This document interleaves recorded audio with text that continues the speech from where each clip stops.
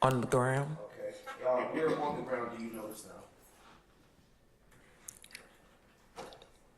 By a vehicle door. Okay. Which door is that? Passenger side front door. Okay.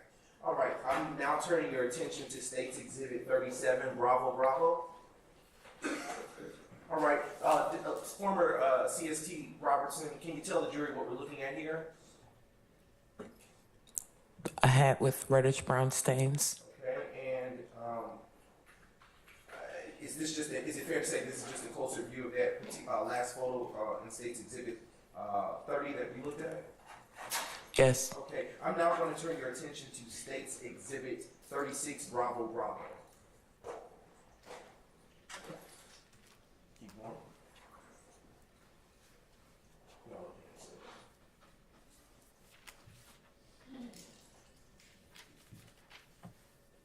just one moment.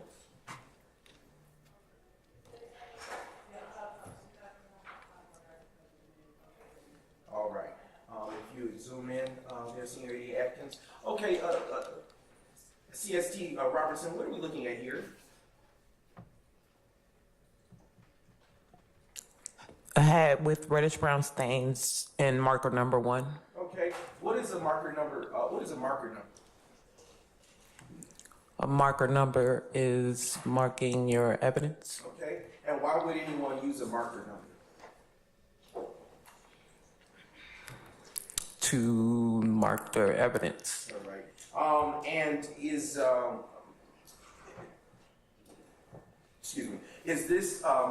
this item by marker number 1 something that you've included in your crime scene record pertaining to this case? At the Sure. look. Sure thing.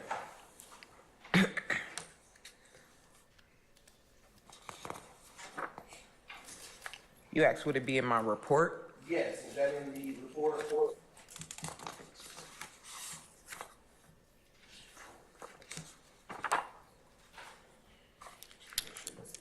It would be in one of my photo descriptions. Okay, and is it listed on the photo description in this report pertaining to this case? Yes. Okay, all right. Now I'm going to turn your attention to State's Exhibit 91. Bravo, bravo.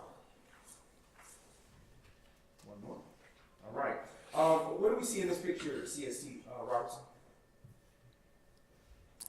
A picture of, I think, medical equipment on the ground. Okay. And do you see any reddish brownish stains on any of that such equipment? Yes. Okay, where do you see it?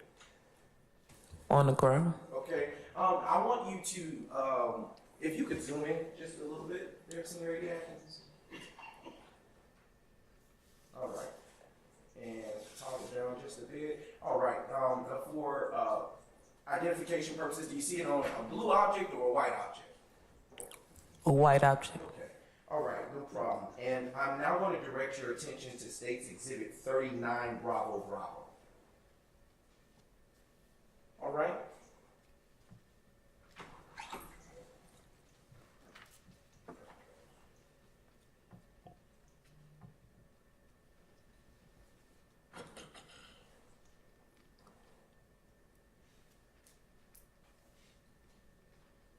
Okay. All right. What do we see in this particular picture? A photo of street signs. Okay. And why would you have taken a photo of street signs?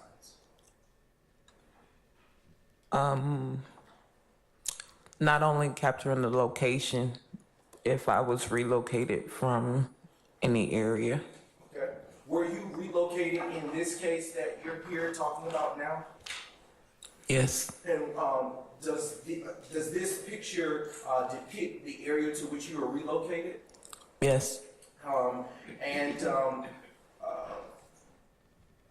I asked you, what, if anything, occurred upon your relocation to this particular area as depicted in State's Exhibit 39? Bravo, Bravo. Can you repeat that? Sure, I'll ask you a better question. What, if anything, did you do upon being relocated to the area depicted in states Bravo, Bravo? I took photographs. And for completion's sake, can you describe the street names that are depicted in states 39 Bravo, Bravo? Browns Mill Road, Harper Road. Okay, and excuse me, I am now going to direct your attention to states 40 Bravo, Bravo. All right, and I'm not sure if that box in the corner can move slightly to the other side. See that zoom out. Okay, no problem. CST Robertson, can you tell the jury what we're looking at here in states 40 Bravo, Bravo? The intersection of Browns Mill Road and Harper Road.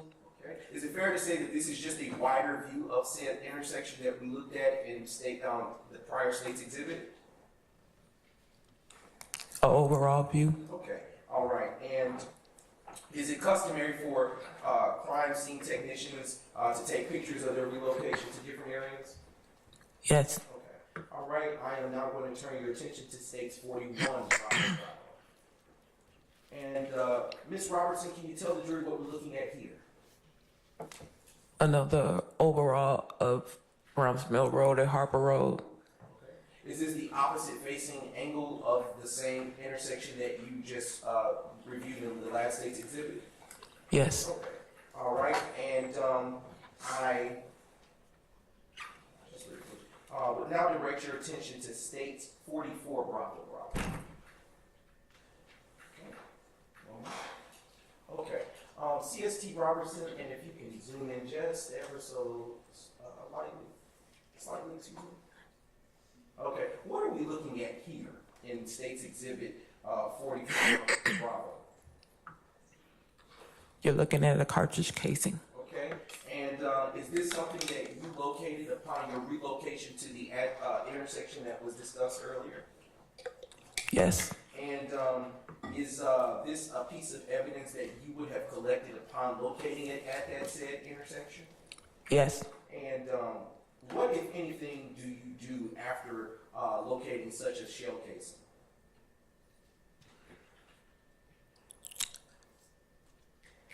Once I locate it, photograph it with the marker, Okay. process it for latent fingerprints. Okay. All right. I'm now going to turn your attention to states 45, Bravo, Bravo. Okay. CST Robertson, is it fair to say that this is a closer view of the same shell casing that you located at the intersection of Brownsville Road and Harper Street? Yes. Okay, and can you describe the condition of this shell casing that we're looking at here in states 45, Bravo, Bravo? The condition as in, I'll ask this question. Does it appear to have a dent or be bent in any kind of way? it appears that way. Okay. Would you say that this is a spent shell casing or unspent piece of ammunition? I would say it's spent. Okay. And when I say spent, what is it that I am just? What is it that you understand that to mean? It was fired. It was used. Okay. And I am now going to turn your attention to States Exhibit 95, Bravo, Bravo.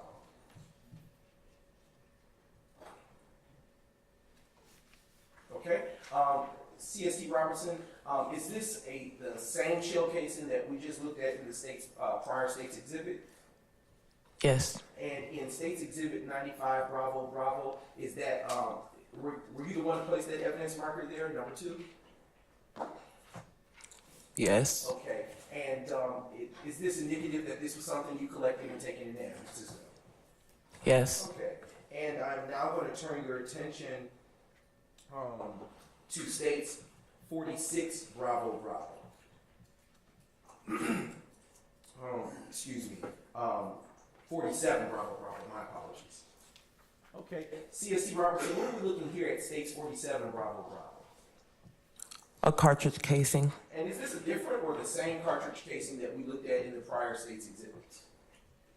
A different one. Okay, and as with the last cartridge casing that we discussed, can you describe the condition of this particular shell casing that we're looking at in states 47 Bravo Bravo. Spent casing. Okay, and I'm now going to turn your attention to States Exhibit 52 Bravo Bravo.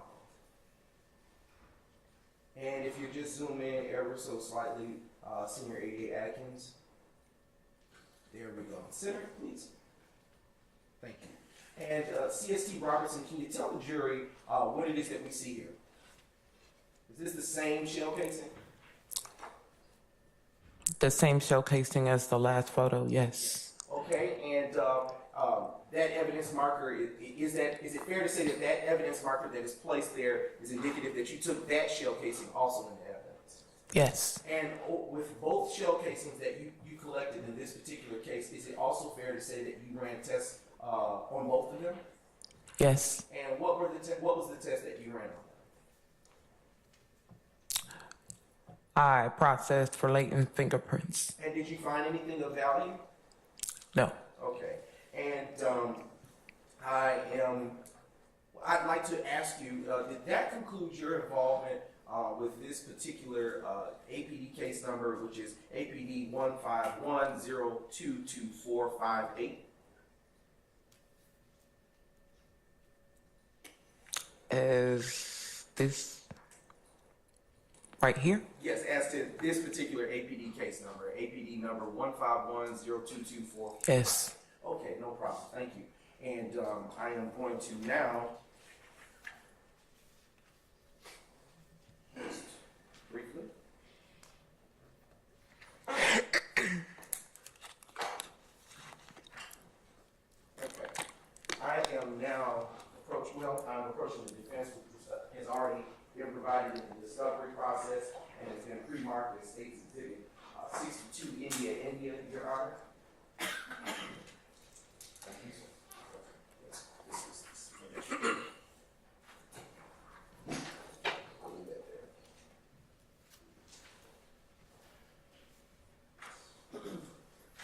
This one.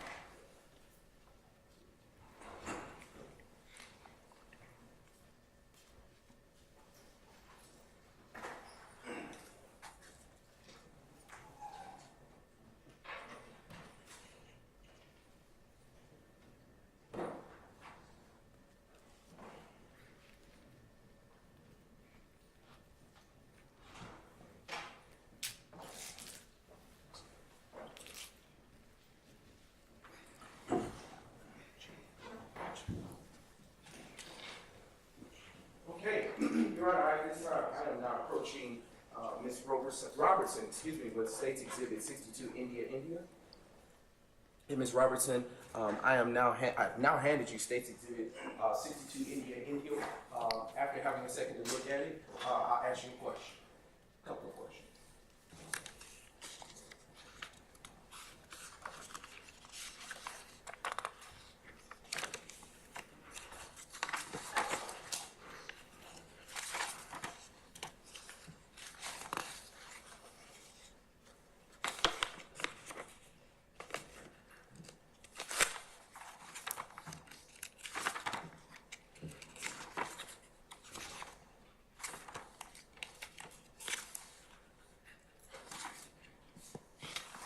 Have you had enough time to review States Exhibit 62, India? Yes. Okay. Ms. Robertson, can you tell the jury what State 62 India is? My report from another shooting incident. Okay. And how do you know what it is? I'm looking at my report. Okay. And has your report been changed or altered in any way since the first time since when you authored it on January 9, 2015? No. Okay. Your Honor, at this time, the state now moves to admit States 62 India into evidence. Any objection to States 62 India? Yes, Your Honor. I object based on hearsay, based on a confirmation clause, that it would be cumulative of this witness's testimony, but also be violative of the continuing witness. Let's ignore the last one until it's if it's admitted.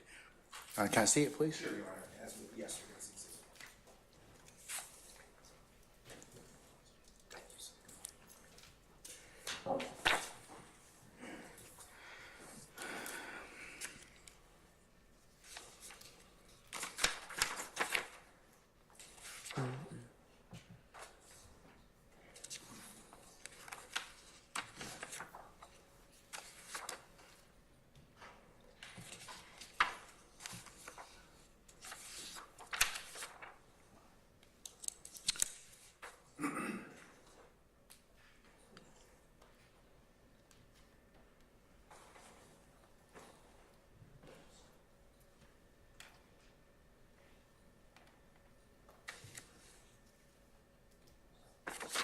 Mr. Adams, I'm going to overrule your objections.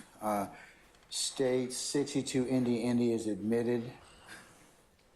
All right, Ms. Robertson, and Ms. Robertson, I'm now approaching you with State 62 India, and I'm going to ask you a few questions listed there. Based on your report, what day were you called out for service? January 8th, Okay, of what year? 2015. Okay, so this is earlier than the incident that we just got through discussing that occurred on April 12th of 2015. Yes. Okay. What time did you get called out based on your report? 11:24. Okay. And is there an APD case number associated with this particular incident on your report? Yes. Okay. And what is that APD case number? It is 150-083-130. As was the case yesterday, if you would be as kind to mark the poster board with that date under the appropriate month and year, or month and date, that case number, please. And Your Honor, I should have asked, may the witness have continued permission to move about the courtroom? She may, sir. Thank you, Your Honor.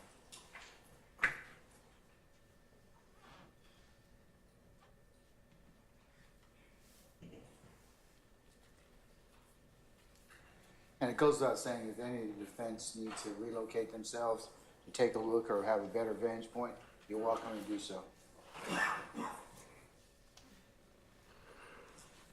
Okay, thank you. All right.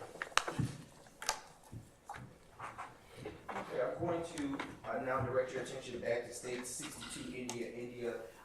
Can you tell the jurors, the members of the jury, the location to which you were initially called out as it pertains to this particular APD case number? 675 Metropolitan Parkway. Okay, is that the address that you were first positioned at when you arrived at that crime scene, or is there ever a time that you relocated during this particular incident? It's possible I relocated. If you would be as kind to turn to the narrative portion of your report and read what it is that you noted at that day and time when you took it.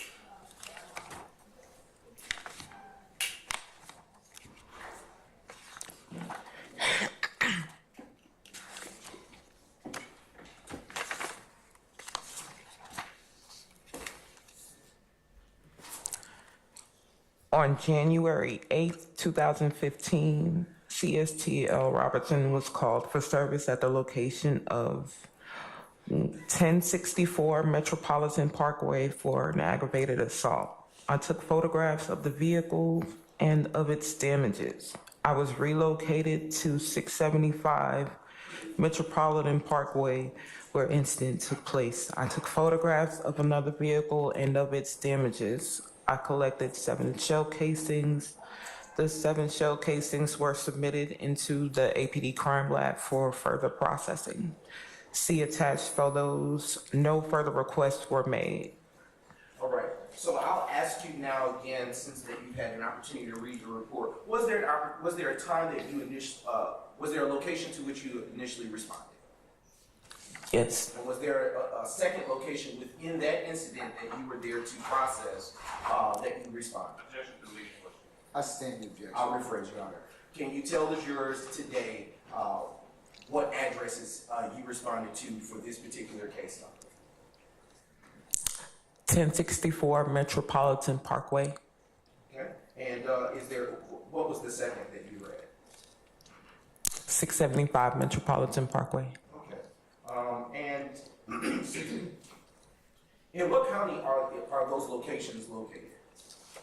Fulton County. Okay. And when you responded to the first address, can you tell the jury what, if any, evidence you collected at that time? Photographs and I believe vehicle damages, photographs of the vehicle damages. Okay. And when you responded to the second address for this incident, can you tell the members of the jury what, if anything, you did at that time? At the second location, I took photographs. I took photographs of the damages to vehicles as well as collected shell casings. Your Honor, at this time, the state is now approaching the defense with state's exhibits 1 India, to state's exhibit 61 India, which have already been shared in the discovery process and have been pre-marked as well, Your Honor.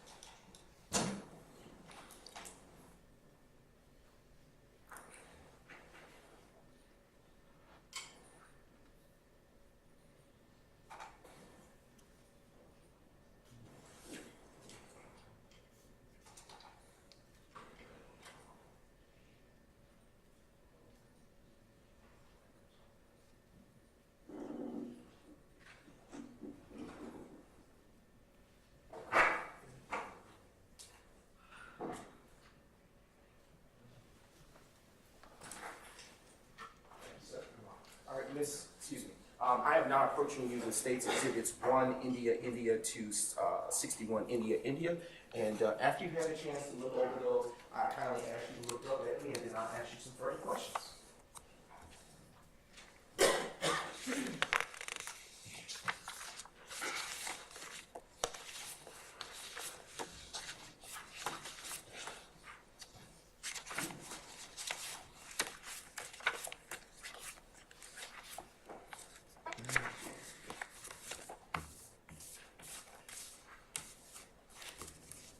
Yeah, okay, you had it.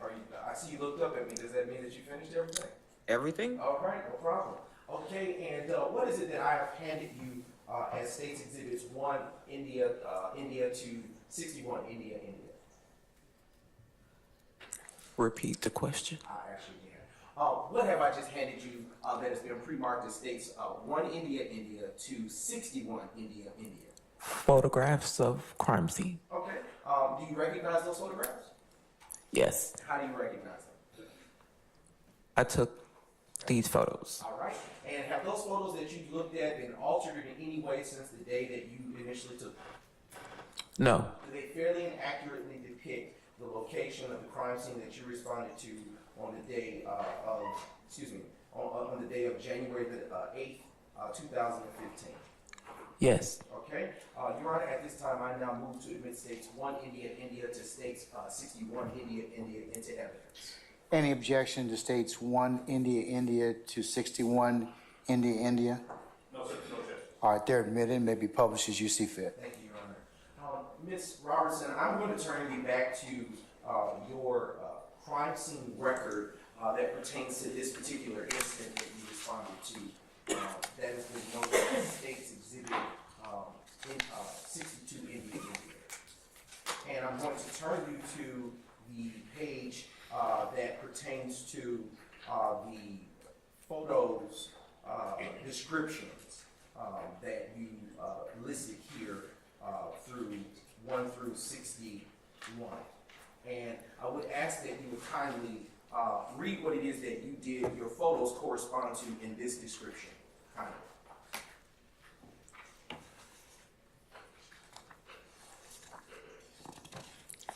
Are we starting with photo number 1? Yes, so I'll direct you. Sorry. Yes. Until you finish. Photo number 1, close-up of street signs. Photo number 2, overall on the backup of the Chevrolet vehicle. Number 3, mid-range of back of vehicle. Number 4, close-up of vehicle tag. Number 5, overall of driver's side of vehicle. Number 6, close-up of front of vehicle.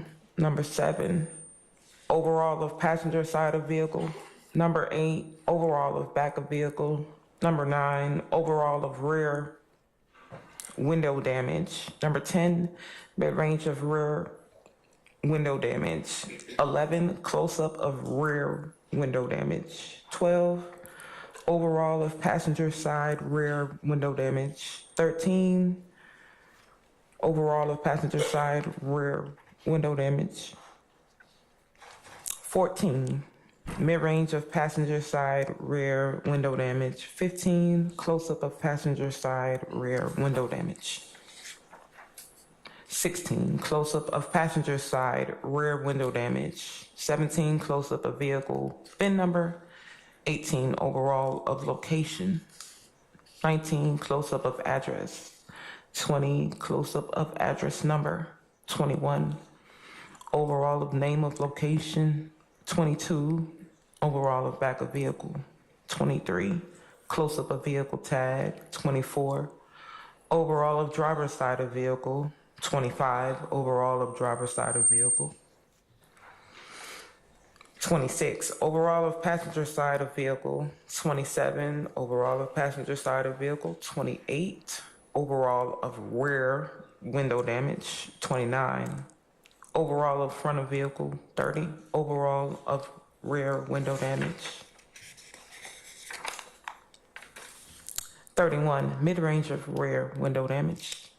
32, close-up of rear window damage. 33, close-up of rear window damage. 34, overall of shell casings. 35, overall of shell casings. 36, overall of shell casing. 37, close-up of shell casing. 38, mid-range of shell casing. 39, close-up of shell casing. 40, overall of shell casings. 41, mid-range of shell casings. 42, close-up of shell casing. 43, close-up of shell casing. 44, mid-range of shell casings.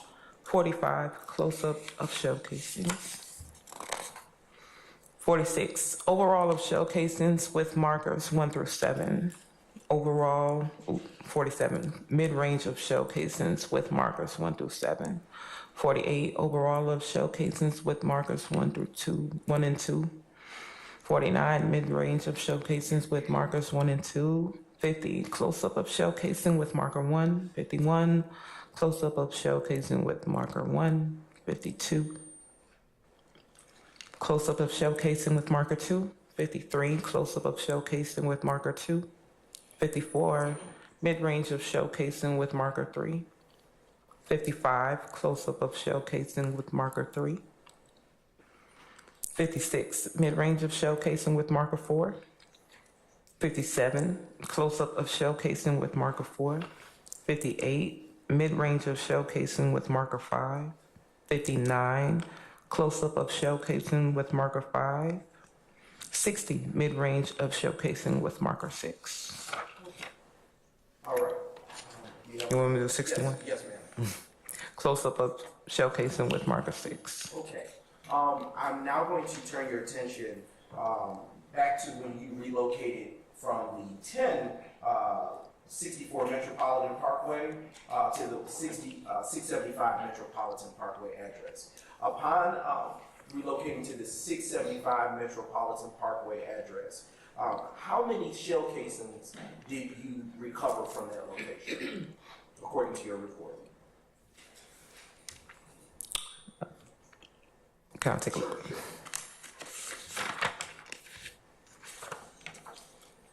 According to the report, 7 shell cases. And according to your report, can you tell the jury,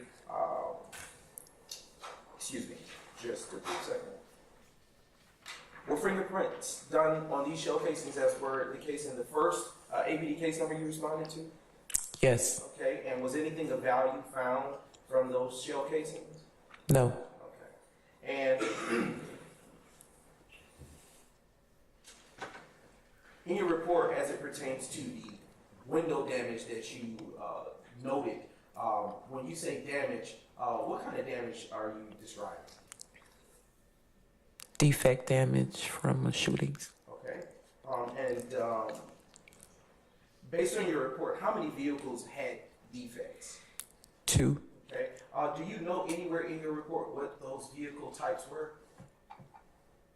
Yes. Okay, can you tell the jury what those were according to your report? I'm gonna look real quick. Sure.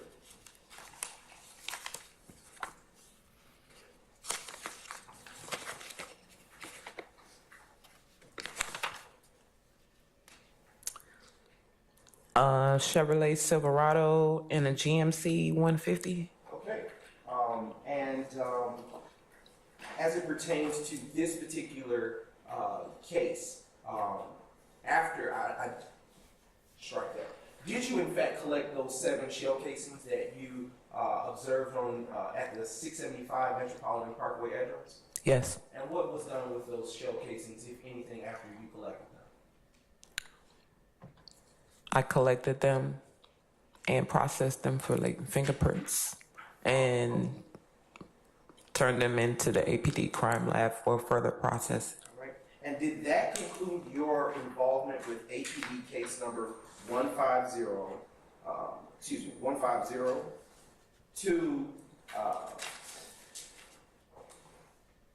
one second. 150 150-083130. Yes. Okay, and I am now going to turn your attention. Well, before I do that, I'm now approaching the defense with what has already been pre-marked as states 23 Foxtrot, and has already been served in the discovery process, Your Honor. Yes, sir.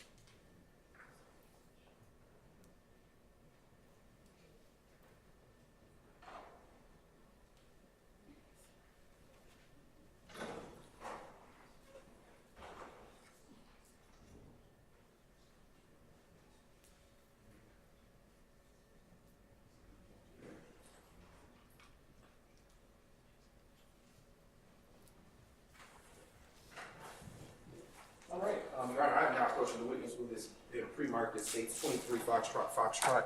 Ms. Robertson, would you please take a look at what it is that I've just handed you, and once you're done reviewing it, please look up at me.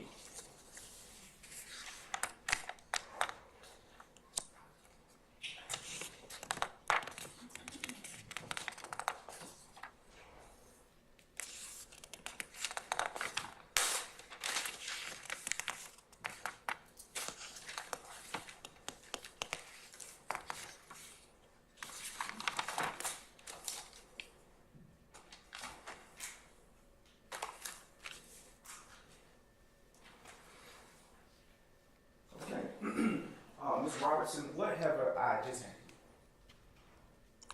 you? Report. Okay, and what type of report is this? Hang on one second. Sure. A shooting incident. Okay, is this a report you authored? Yes. And how do you know that you've authored it? My name is on it. Okay, and is that report that I've handed you, that your name is on, is it the same, or is it in the same or substantially same condition as it was at the time that you authored it on January 23rd, 2015? Yes. Okay, Your Honor, at this time, the state now moves to admit into evidence State's Exhibit 23 Foxtrot.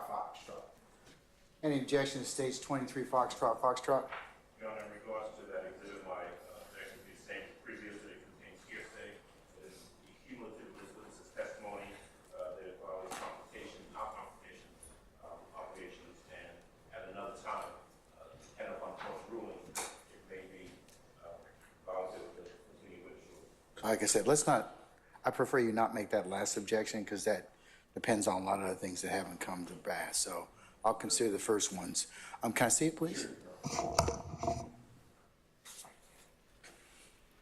All right.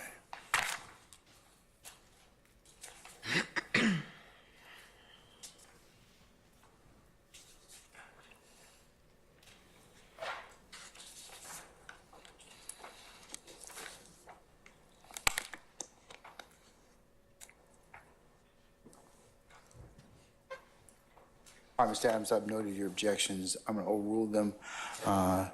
States 23 Foxtrot's admitted. Continue objection. Thank you kindly. I am now approaching the witness with states 23 Foxtrot. And CST Robertson, can you tell the jury what, if any, APD case numbers associated with this particular document? 150-222-838. Okay. And as well, what date is associated with this particular incident? January 23rd, 2015. Okay. And is there a location associated with this particular incident? Yes.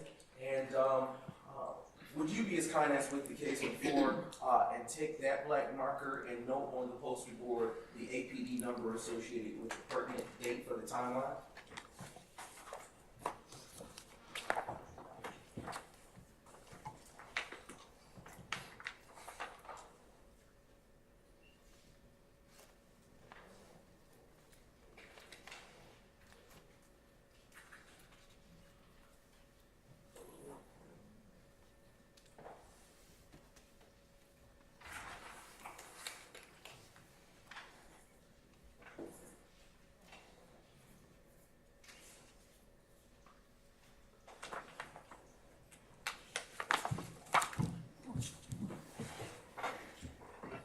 Just a brief indulgence, Your Honor. Yes, sir.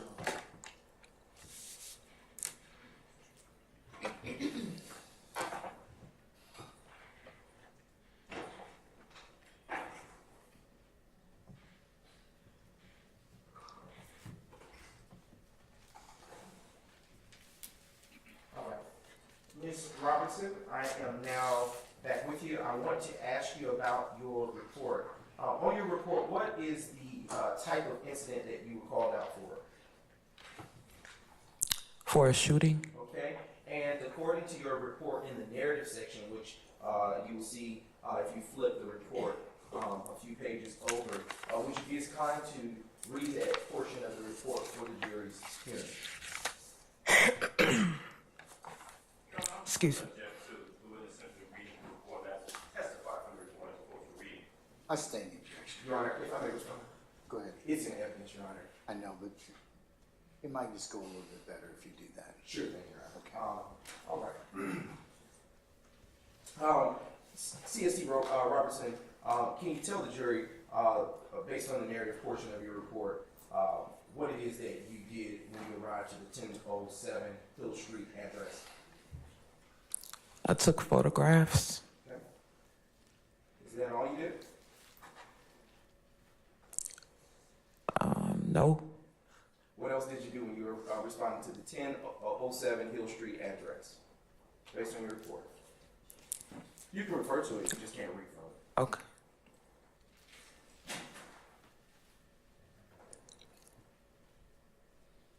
I collected handguns. Okay. And what did you do after you collected those handguns, according to your report? You may refer to it.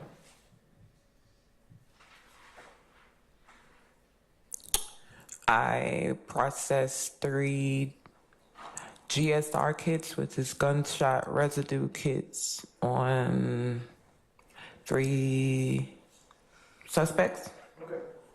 At what address? At the Zone 3 precinct, 215 Lakewood Way. Okay. And, excuse me, just briefly.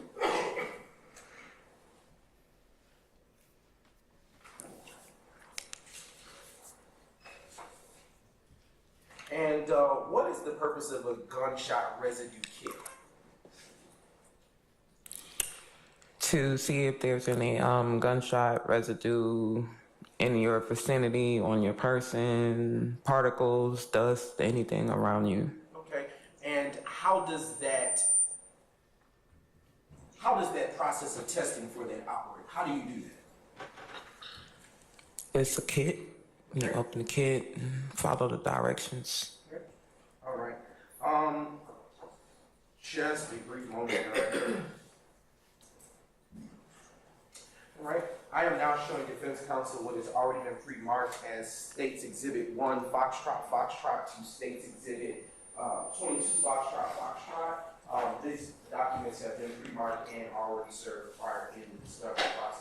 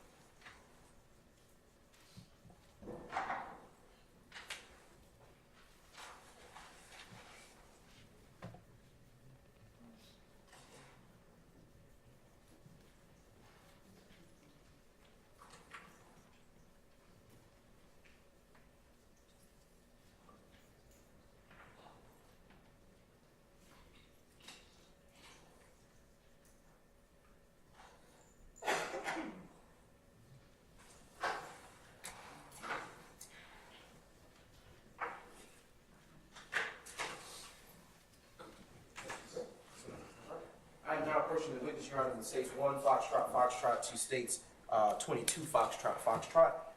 Ms. Robertson, after you, please take a moment and review those to yourself. And after you've done so, look up at me and we will continue talking.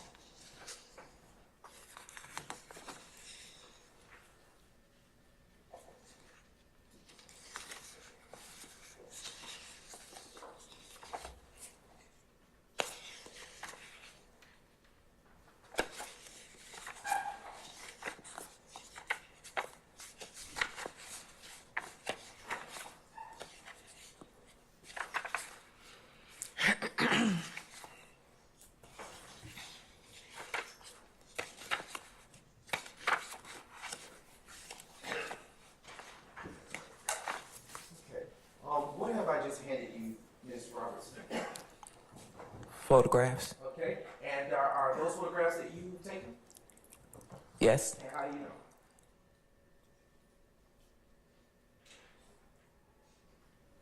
Do you recognize them?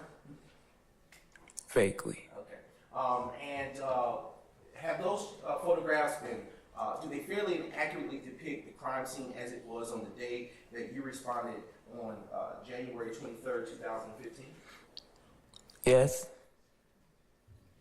Okay, and Your Honor, at this time, the state now moves to admit States, 1, Foxtrot, 2, 22, Foxtrot. Any objection to States 1, Foxtrot to 22, Foxtrot, anyone? No, sir. No, All right, they're admitted and may be published as you see fit. Thank you, Your Honor. Ms. Robertson, I would like to ask you, do the photographs that have just been handed to you and pre-marked as States Exhibits 1, Foxtrot, to 22, Foxtrot, correspond to the photographic narrative contained in your report for this case? Yes. Okay. I would also ask you, as it relates to the set of photographs that we reviewed prior to these that were pre-marked as States Exhibit 1, India, to 61, India, do those particular photographs correspond to the photographs contained in the earlier report that we reviewed secondly? Yes. I would also ask you about the photographs that have been pre-marked as States Exhibits 8 through, 8BB, Bravo, to 53 Bravo, and 80 Bravo to 97 Bravo. Do those photographs that we reviewed first correspond to the photographic narrative contained in your first report that we reviewed? Yes. All right. Just a few more questions here, Ms. Robertson. I want to turn your attention back to the second APD incident that we discussed a few moments ago. And if you would just indulge me briefly, I would ask you a few more questions pertinent to that.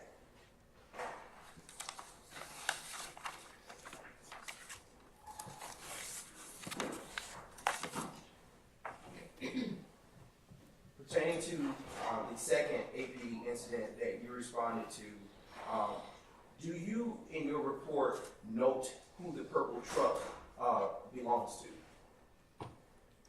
No. Okay. Would you take a look at your report and tell me if you see any such notes?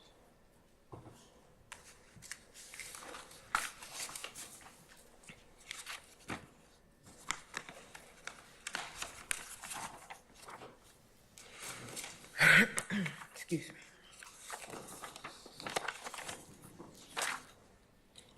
No. Okay. I'm going to ask you just maybe a few more questions here. Do you know a man who goes by the name of DeQuantes Lamar, or AKA Rich Homie Quan? No. Did you speak with anyone by that name or alias at the scene of the crime that you responded to on that day? No. And to be specific, let me say on the day of January the 8th, 2015? No. Okay. And do you know an individual named Donovan Thomas, also known as Peanut? No. Did you interact with anyone by that name at the scene of the crime on that day? No. Your Honor, I have no further questions for this witness. Cross.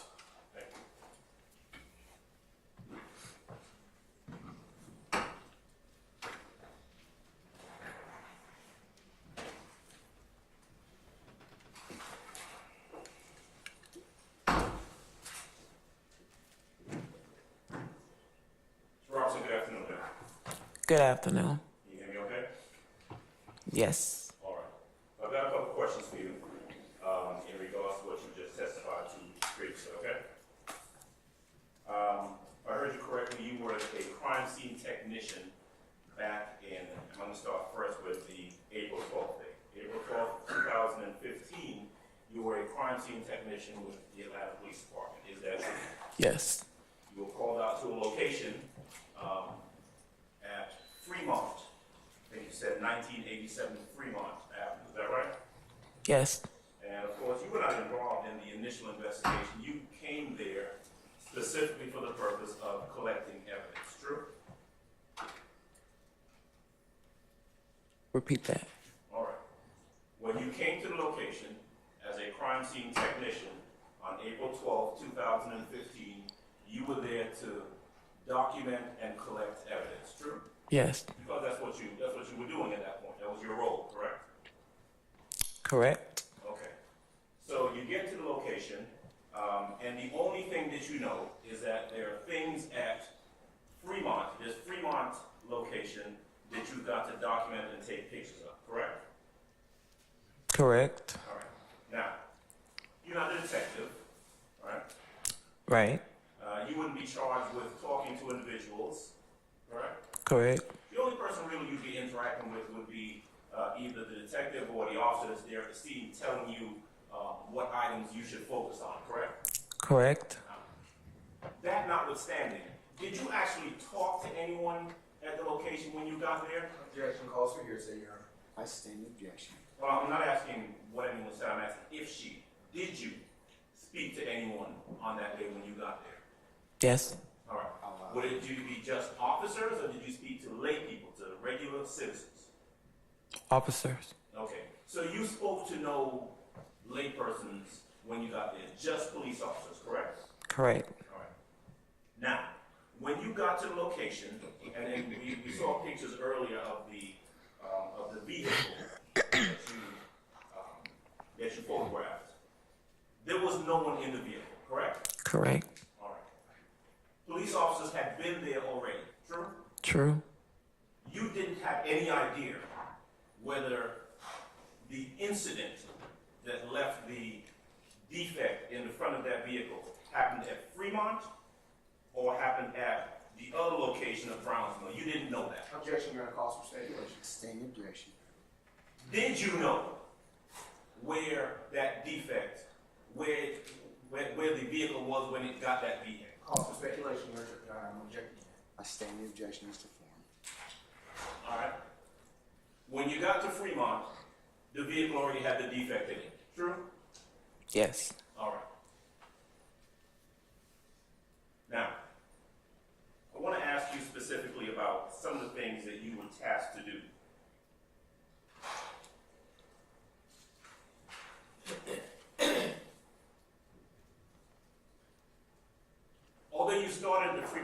location, you ultimately ended up going back, or going, not back, but going to the corner of Browns Mill and Howard. Is that right? Browns Mill and repeat that?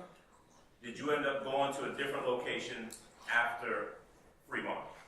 Yes. Okay. What was that second location that you went to? I'm gonna tell you the exact location.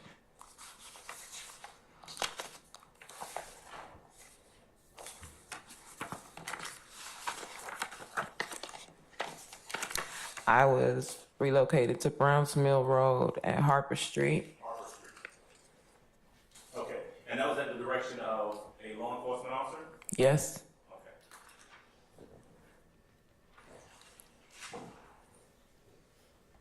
With the state's assistance, I want to pull up some of their photographs that were shown earlier. Do you have those? Let's start with 12 Bravo Bravo. And I want you to take a look at that when it comes up on the screen for us, okay?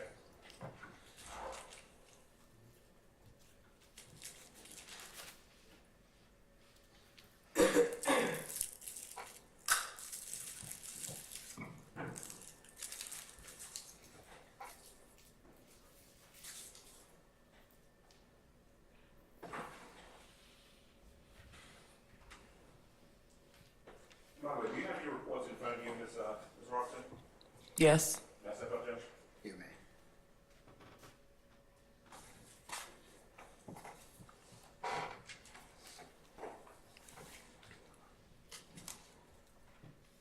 All right. Roxton, I want you to take a look at the screen and tell me if that is the scene that you looked at earlier and described as the front of a vehicle, or the vehicle that you photographed. Is that what it is? Yes. All right. So when you get to the location, you see this vehicle, and it is exactly as it looks right there, correct? Yes. You didn't open the doors. No. You didn't put that hat on the ground. No. You don't know how it got there. No. You don't know who had it on before you got there. No. You don't know how it got on the ground. No. Now, there was no one in the car, right? Correct. And you looked through the car. You searched it, right? Correct. You didn't find any guns in the vehicle. No. You don't know whether there were any guns in the vehicle before you got there. No. Objection calls for speculation, Your Honor. I stand the objection. Because you came there after the fact, you don't know if there were any guns in the vehicle. True? True. You are not in a position, because you weren't there prior to this scene, to say how many people were in the vehicle before that. True? True. You don't know how the vehicle got from Browns Mill to the Fremont location, right? Right.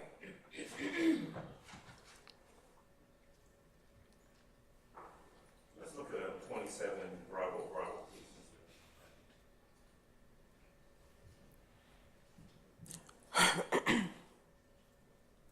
27 Bravo, right next to you, Ms. Robson, is the front of the vehicle that you photographed. Is that right? Photograph of the windshield, the defect. Okay. When she was in front of the vehicle, right? Correct. Now, of course, by the time you got there, that defect is already there, right? Yes. You don't know how it got there. True? True. You don't know what was happening at the time that bullet went through that windshield, right? Right. Because you got there at this point, where you're looking at the vehicle, you don't know what anyone inside of the vehicle was doing at the time that bullet came into the vehicle, do you? No.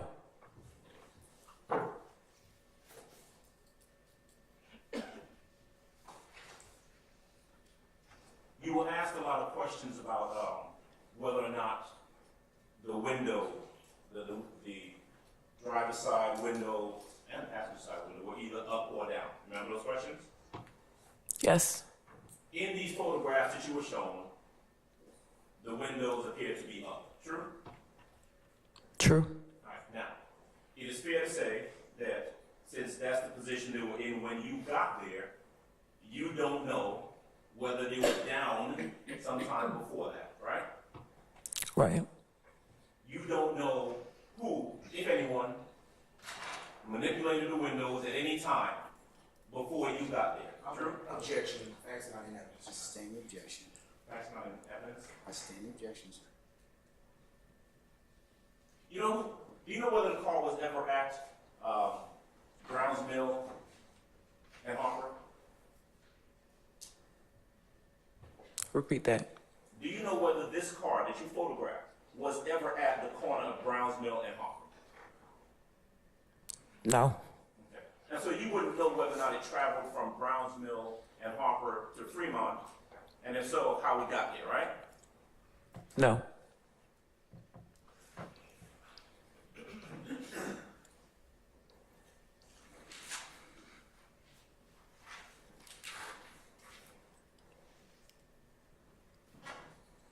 Can I see a 15 Bravo Bravo, please?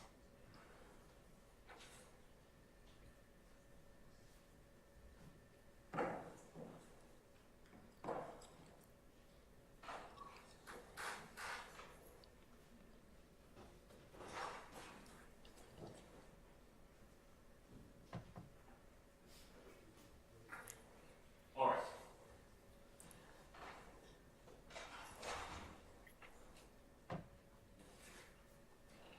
Bravo Bravo that you're looking at over to your left, Ms. Robinson, is this vehicle with what appears to be what you describe as blood stains on the ground. True? Yes. Blood stains on the interior of the car. Correct? Yes. Blood stains on the door, the passenger door of that vehicle. Right? Right. Now, when you show up as a crime scene technician, you can collect evidence, right? Right. And there are certain things that that evidence can tell you. You agree? Right. The evidence can tell you, for example, whether or not it appears as though a gun was fired inside of the vehicle. For example, if you find shell casings, that might be an indication that a gun was fired in the vehicle, right? Right. Or it might not. Gun may have been fired and there just are no shell casings in the vehicle, right? Right. Gun could have been fired from a revolver where there's no ejection of a shell casing and then you don't see any shell casing in the vehicle, right? I'm going to object, Your Honor. This is facts not in evidence, too. I sustain the objection. You didn't find any shell casings in the vehicle, right? Right. But that doesn't tell you whether or not the gun was fired in the vehicle or not, correct? Correct. The photographs that you take, the items that you collect, that evidence isn't capable of telling you who was in the car, right?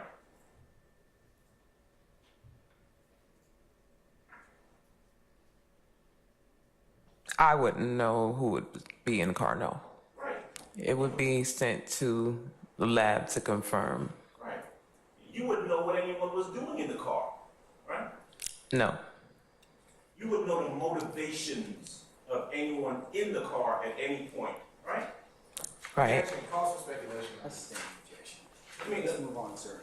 crime scene collection can assist in collecting physical evidence, right?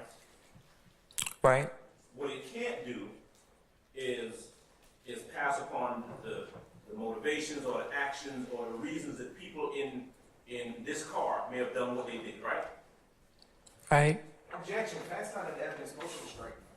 Motion to strike. I sustain the objection, Mr. Adams. It's an improper question. Ladies and gentlemen, don't disregard the last question and the answer to it. Let's move on, sir.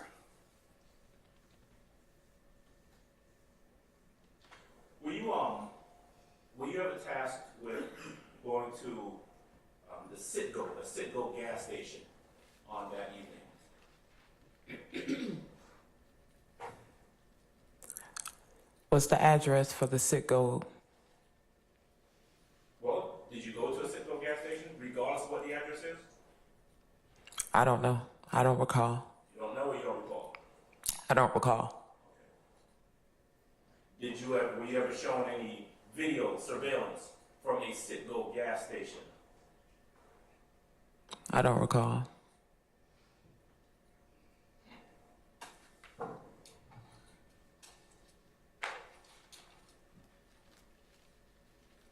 Ms. Atkins, can I have 39 Bravo, please?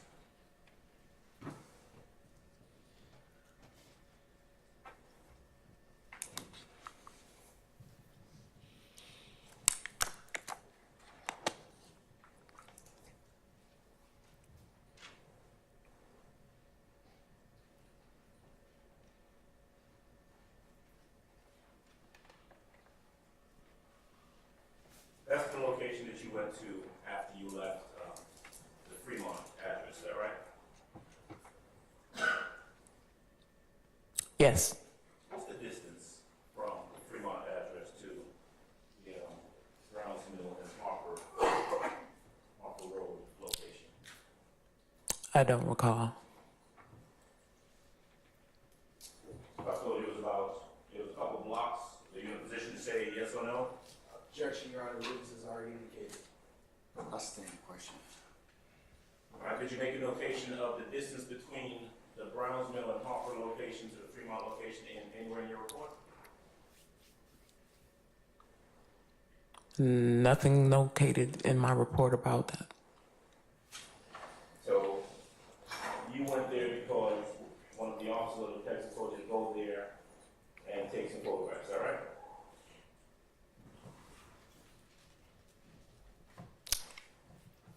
Correct. Do you remember who the detective was or the officer was that you were dealing with that night who was giving you the instructions on what to do? I don't recall. Facts not in evidence. Hold. Can I have 41 Bravo, Mr.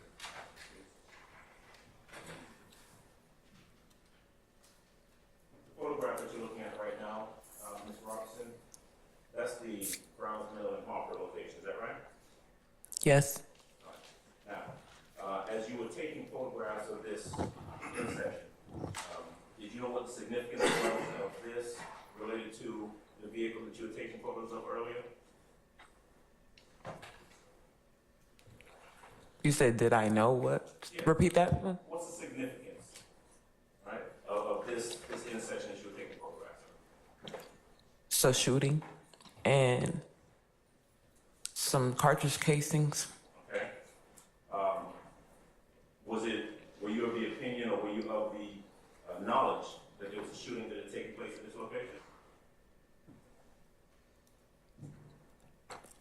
I was relocated to this location. So one of the officers, whoever it was, just told you, go to Browns Mill and Harper and go take some photographs and see what you find? I'm going to object to characterization, calls for hearsay, Your Honor, as well. I'll stand as to form. You can rephrase, Mr. Adams.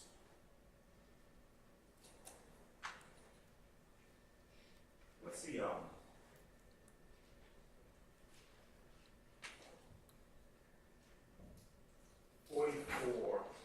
45 Bravo, if you don't mind that. All right. Shell casing, one of two found at that location, is that right? Vague, Your Honor. Say again, sir. Objection vague. I'll sustain the objection. You can rephrase. Okay. The shell casing that is depicted in State's Exhibit 45 Bravo is a shell casing that you took a photograph of, is that correct? Correct. You took a photograph of two shell casings, is that right? Correct. This is one of them, right? Correct. This is one of the two photographs, the two shell casings that you took photographs of, right? Correct. You don't know anything about, well, I heard you say that they were analyzed for fingerprints. Yes. Did you do that? Yes. And were the results made part of your report? Yes. And they were negative for fingerprints, is that right? Correct. And so other than finding 2 shell casings at that location, there was nothing else of evidentiary value related to these 2 shell casings, correct? You have my report, but that's correct. Answer yes. You have my report, yes. Well, you remember what happened when you examined the scene and took photographs and collected evidence, right? No, I told you I don't recall. You have my report, and I gotta answer your question. You give me my report. Okay.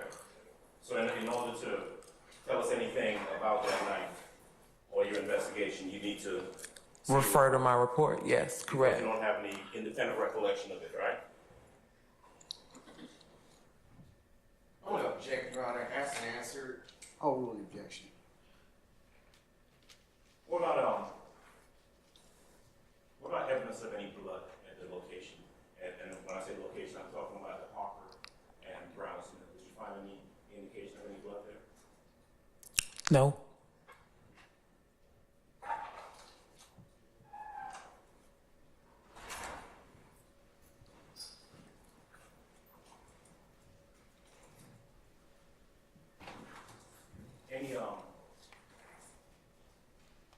Any cameras at that location?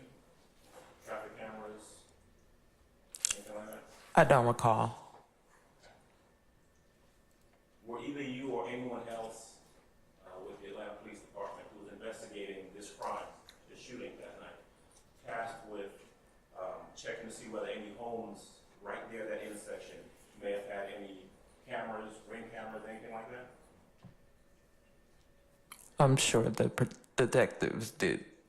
You sure that they did? Yeah, Okay. Do you know for a fact that they did? no, I take it you did not, though, right? no,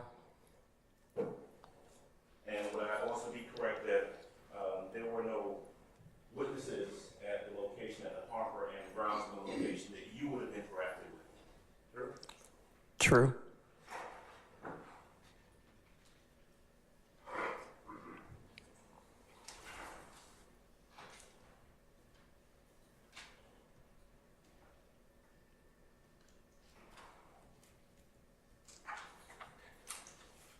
Let me go back, but I want to ask you a question about the vehicle that you photographed.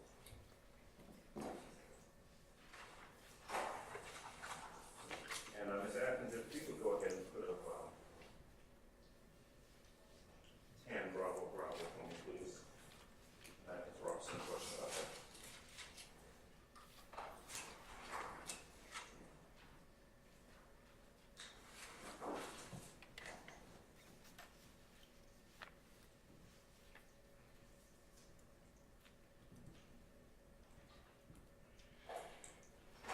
Do you recall, and I'm not sure whether you can, if you can't see it from this photograph, I want to just ask you based on what you remember from that night, if you remember anything from that night, whether or not the front passenger window was slightly open or slightly cracked when you got there.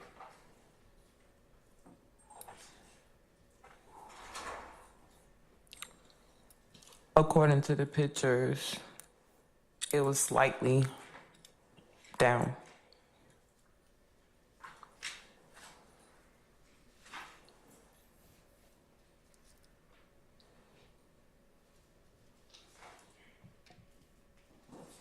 Atkins, do you have the 91 Bravo Bravo?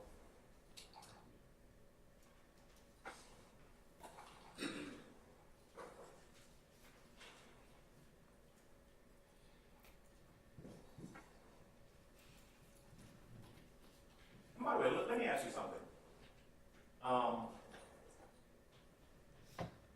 As a crime scene technician, if items are taken from individuals at a crime scene, right, would those items ultimately end up in your possession, or would those go with someone else? Can you repeat that? Yeah. At a crime scene, I'm gonna ask you generally now, this is in your experience as a crime scene technician. At a crime scene, let's say there's an individual who is connected to a crime scene, and let's say a gun is taken from that individual. Would that gun then be turned over to you? Yes, Okay.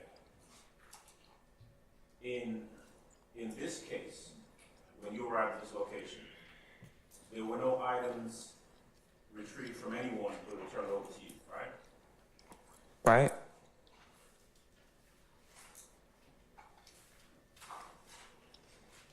When you got there, the location had the person who had been shot. The person was already gone, right? Yes. Okay. Any other individuals around? I don't recall.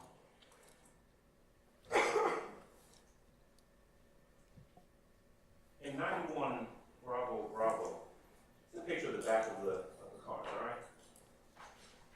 The ground. Right. But if you're looking a little bit further on the car itself, it looks like the door is closed. Right? You see what I'm talking about? Yes. Driver's side, front door closed, right? Yes. Was this picture taken before the pictures of the interior or after? I don't recall. Okay. Who closed the door? I don't recall. Was it closed when you got there or was it closed after you got there? I don't recall. What does the picture say? So when you testified earlier, when we showed you the picture of the car with the doors open, and you said that's the way the car was when you showed up, you don't really recall whether that was the case or whether the doors were closed, do you? I don't recall. Okay.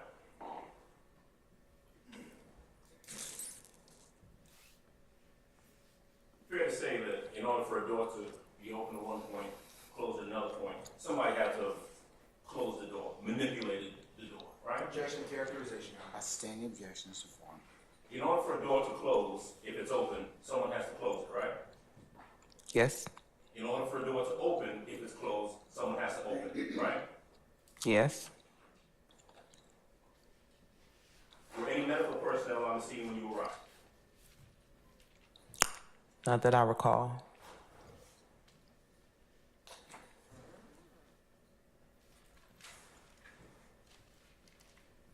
And so, in regards to this incident,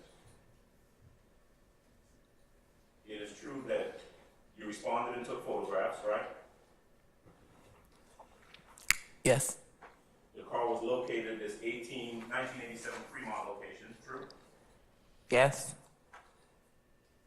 You don't know how or if it got from, or why it got from the Harper and Brownsville locations to Fremont. You don't know that, I right? would object to ask and answer, Your Honor. I stand the objection. You don't remember whether or not the door opened or closed when you got there, true? Objection, ask and answer, I Your Honor. stand the objection.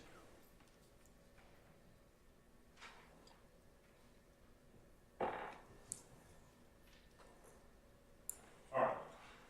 I want to move on and ask you some questions about the incident that you talked about in Metropolitan Park. Mr. Adams, Yes, sir. can we pause right now? Ladies and gentlemen, want to take a comfort break? Okay, we're going to do that, Mr. Adams. You can resume as soon as we're done. All right, ladies and gentlemen, let's take 15 minutes, okay, and then we'll come back. Madam, I'm going to excuse you as well, okay? 15 minutes to come back, all right? All rise.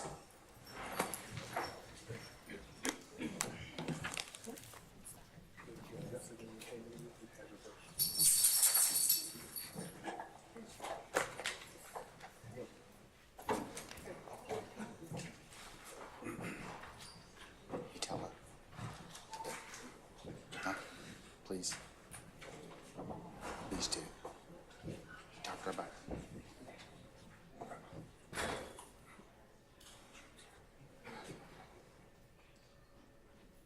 All right, ladies and gentlemen, our jury has left us. I'll see y'all in 15 minutes, okay? All right, we're in recess.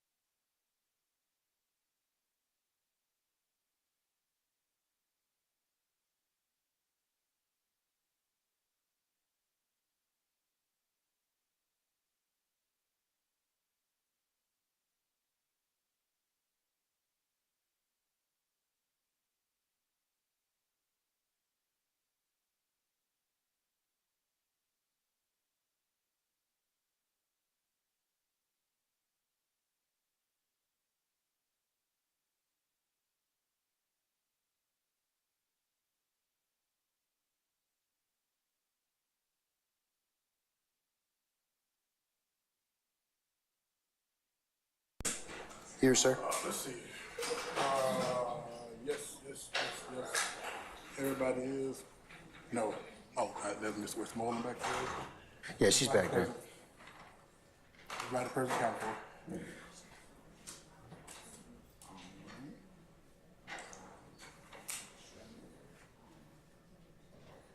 All right, can we recall Ms. Robertson, please?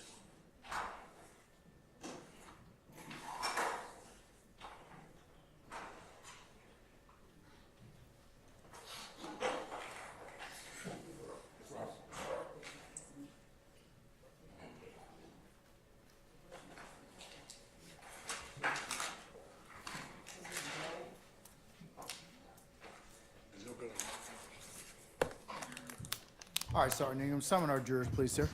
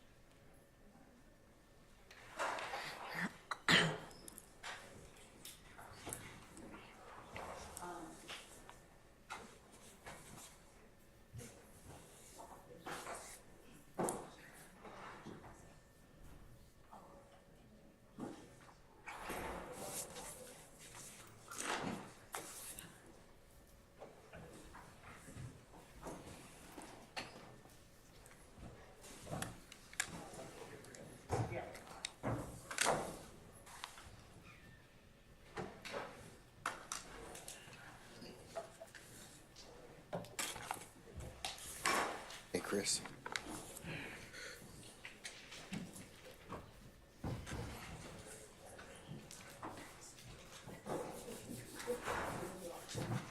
And the next one's in order. Next one's in order.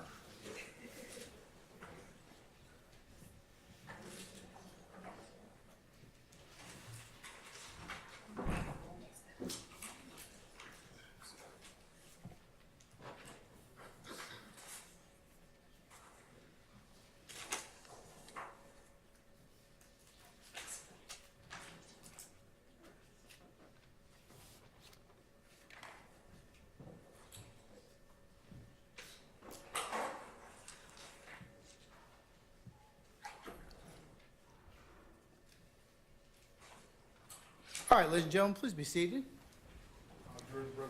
All right, thank you, Sergeant Ingram.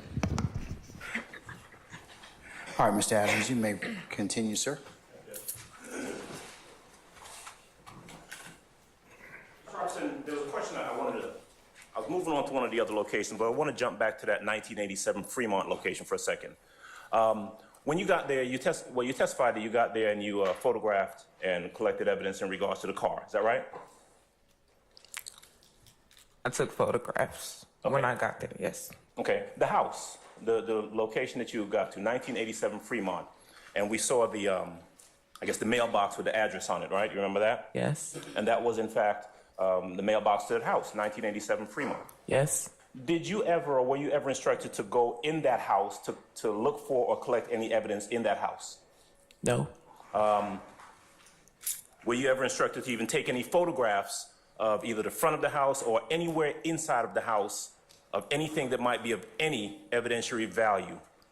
I took photographs of the front of the house, but no, I wasn't directed inside of the house. Do you know whether any of the officers who were there were interacting with people inside of that house? Objection, speculation. I sustain the objection. Do you know? Same objection, Your Honor. I'll overrule that one. I'll even phrase it a different way. Did you observe any of the officers who were there on the scene interacting with anyone at that 1987 Fremont location? I don't recall. Okay. Let me move on then and ask you some questions about one of the other locations that you testified about. One of them was Hill Street. All right, I'm going to leave your report there so you can take a look. You can reference it if you need to, okay? Okay. You were called out to Hill Street and you described it as you're responding to a report of a shooting. Is that correct? Correct. Information that you had is that there was a house that was supposedly shot at. Is that right? I don't recall. Okay. Do you remember who made the call? I don't recall. No. All right. Do you remember the name of the individual whose house you were responding to? No. Okay. How about your report? Look at your report and see if that helps refresh your recollection. If you want me to point you to it, I can do that. But you go first. Take a look and tell me if that refreshes your recollection. Of whose house it is? Yes, ma'am. The house that you were there in front of. No, I don't recall. Okay. May I, Judge? I'm sorry. You may, sir, yes.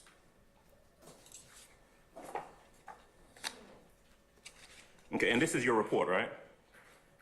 It is. This is a report that you prepared? It is. I presume you had a chance to review it before your testimony today? No. Okay, so you were brought in here by the DA's office without even having a chance to look at the report that you were going to come in here and testify about? In this case? When the questions come up of the report, then the report would be in front of me or made available for me. Okay. All right, so this is your report. It's already been entered into evidence as Foxtrot 23 or 23FF. Correct. I want you to look at page 2 of your report, the one that you said you prepared, right? Correct. All right. Right at the top, does it have something that talks about involvement? Correct. Does it talk about a crime scene? Correct. And does it have a name? Correct. Okay. Is that Frida Reed? Is that the name? That is a name. Correct. Okay. Tell you what, I'm gonna leave that there for you, okay? Did you, at this location where you had been advised that there was a shooting at a house, did you take pictures of the house where there was supposedly a shooting at?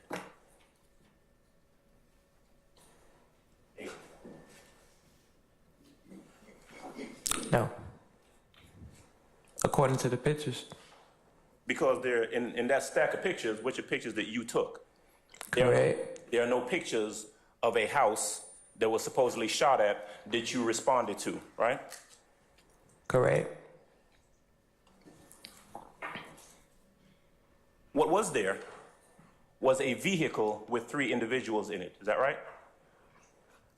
Was a vehicle. Correct. And you were asked to take photographs of the vehicle and the contents of that vehicle. Is that right? Correct. Did you take photographs of the 3 individuals who were in the vehicle? I don't recall. No. Okay. What about this? You said that GSR, gunshot residue. Remember being asked some questions about that earlier? Yes. And at this location that you had responded to, your information was that there had been a shooting, right? According to a report, yes. You did not find any shell casings outside this house that had supposedly been shot at, did you? No. Because if you had, you would have photographed them and collected those shell casings, wouldn't you? Correct. And if you had seen any bullet defects on this house that had supposedly been shot at, you would have photographed those bullet defects, wouldn't you? Correct. Because that would have been important in the investigation, true? Correct. It certainly would have corroborated that a house had been shot at that you had responded to, true? True. Okay. What you did do, though, is that you photographed the trunk and interior of this vehicle in these photographs that have been labeled States Exhibit 1 Foxtrot through 22 Foxtrot, right? Correct. All right. And in that vehicle, there were some guns found, right? Correct. So you got a vehicle, 3 guys in it, and 3 guns that you collected, right? Correct. Okay. Now, it wasn't done at the location, but I think I heard you say earlier that at Zone 3, you were the one who did the gunshot residue test on those 3 individuals, right? Correct. And I think if I wrote down your response correctly, you said there's really not a whole lot of technicality to it. There's a kit. You open the kit and you follow the directions, right? You read the instructions and follow the instructions. Yes. Okay. Now, the individual, and you were the one who was actually interacting with these three individuals who were in that car where those guns were found, right? Interacting. Well, I mean, you had to interact with them in order to do the gunshot Just residue, right? process the gunshot residue kits. Right. Right. I mean, you had to interact with the individuals, right? The process. Okay. So, Kelvin Watts, Jermaine Hardiman, and Jamal Baines were the three individuals who you did the gunshot residue test on. Isn't that right? I don't recall. You don't remember the names? I don't recall. Did you put it in your report? I don't recall. You don't. Well, it's in front of you. Take a look and see if it's in there. Okay, hold on 1 second.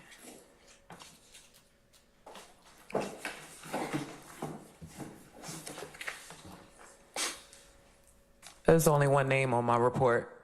Okay. What were the results of the gunshot residue test? I don't have that either. You don't recall? Maybe the GBI does, Okay. because that's where the gunshot residue kits go. Okay. And so, at any time after you performed the test, I presume you sealed it, right? Correct? Okay. You were never advised of what the results were? No. Okay.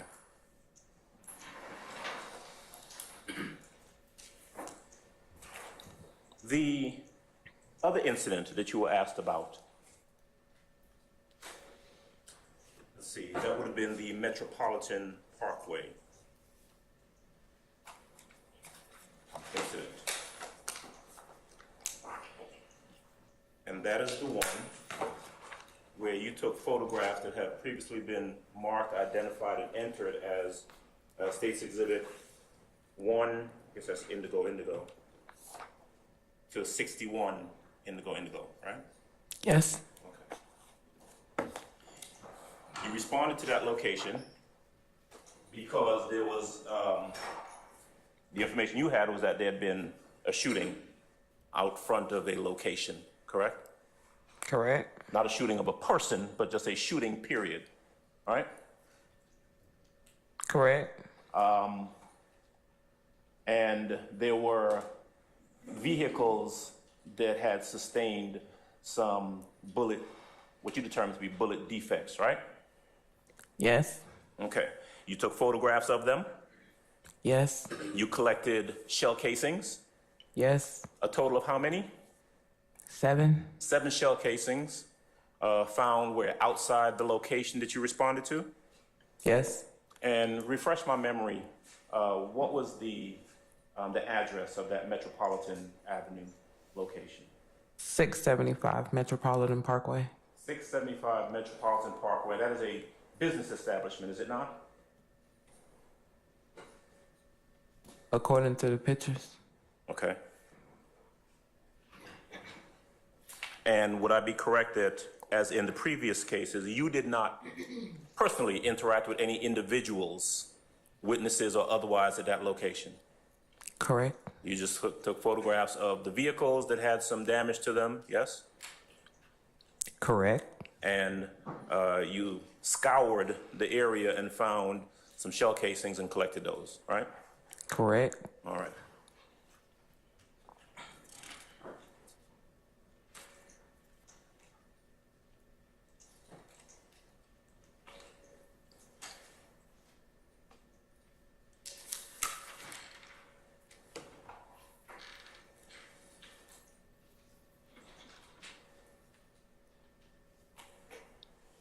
All right. One moment, please, Judge. Yes, sir.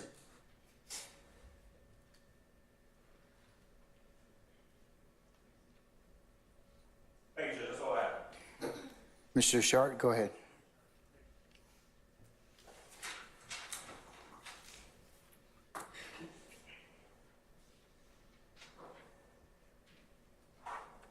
Good afternoon. Good afternoon. I'm just going to ask you a couple questions about the April 12th, 2015 work that you did, okay? Okay. All right. I noticed all the photos that you took were outside, correct? Yes. And when I say outside, outside the residence of 1987 Fremont Avenue, correct? Correct. Okay. And that vehicle that was parked in front, it was parked right in front of 1987 Fremont Avenue, correct? Correct. Okay. You never entered 1987 Fremont Avenue, did you? No. And to your knowledge, no law enforcement ever searched inside 1987 Fremont Avenue in search of any guns that may have been discarded there, did they? I'm going to object to Basis. speculation. I asked to her knowledge. It calls for speculation, Your Honor. Yeah, it does. I'm going to sustain the objection. Are you aware of any law enforcement searching that house for discarded firearms? Same objection. Anyway, yeah, sustained. No further questions. Anyone else? Any redirect, Mr. Brown?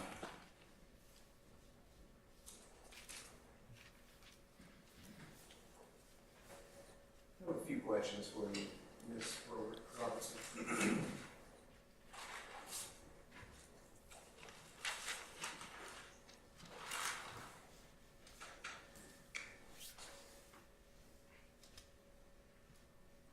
On cross-examination, when you were asked a few questions by Mr. Williams's attorney, Mr. Adams, and he asked you if you searched for any surveillance cameras. Do you recall that question being asked of you? Yes. When you respond to a crime scene, what is your primary purpose for responding? Process the crime scene? Okay. Are you responsible for looking for crime scene surveillance footage? No. Okay.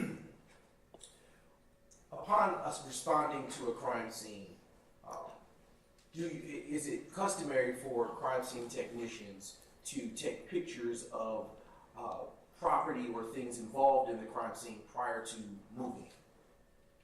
No. Okay. Is it, excuse me,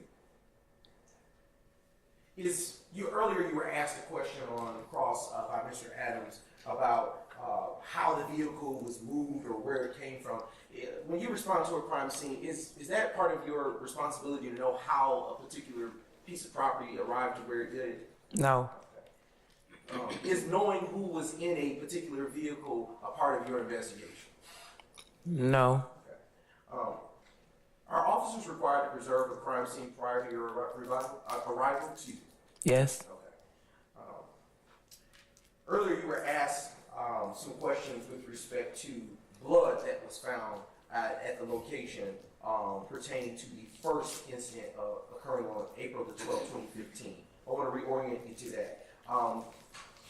You were asked by Mr. Adams if you found any blood near the intersection of Harper and Brownsville Road. Do you recall that question? Yes.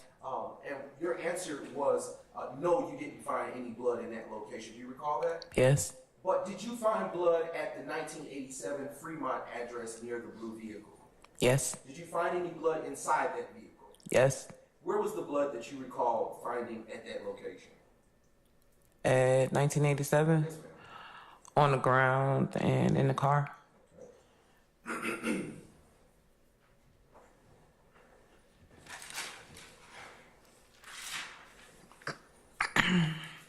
I want to go and redirect you to a few other questions that you were asked on cross. You were asked if you went into the 1987 Fremont address. Do you recall that question being asked by Mr. Adams? Yes. Were you aware at that time of any of the 1987 Fremont address, the residents at that address being involved in this particular shooting incident? No. Would you have had any reason with that knowledge to go into 1987 Fremont Street to take pictures of someone's home? No.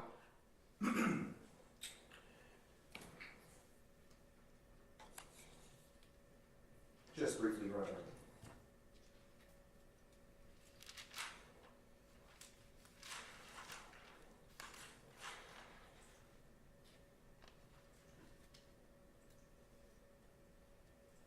Earlier you you were questioned about whether you spoke with anybody when you arrived to the 1987 Fremont address. Do you recall those questions?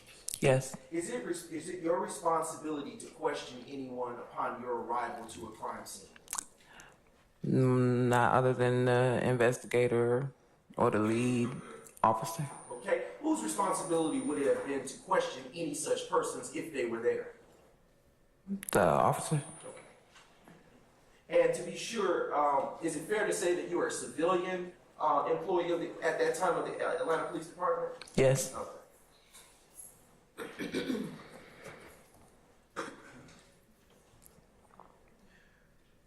I want to ask you a few questions about follow up on a few questions that were asked of you regarding shell casings.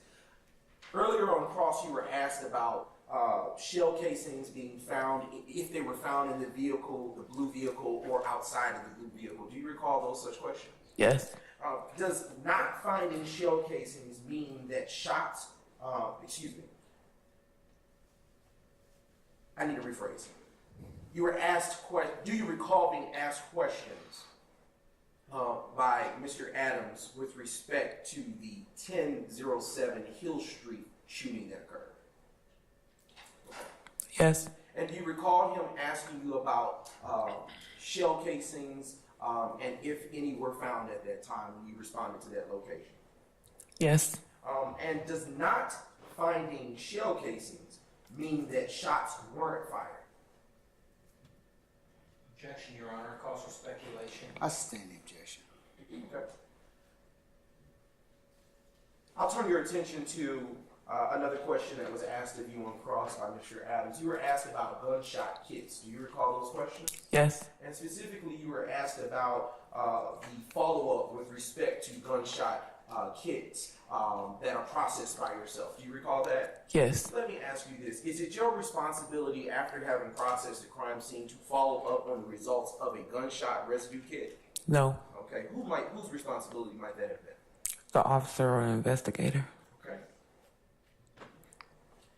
Is it sometimes the case during crime scene investigations that more than one crime scene technician will respond?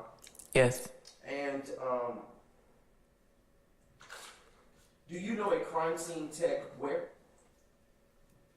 Yes. Okay. And as it relates to the 1007 Hill Street shooting that occurred, do you know if crime scene tech where responded before you did? I don't recall. Okay.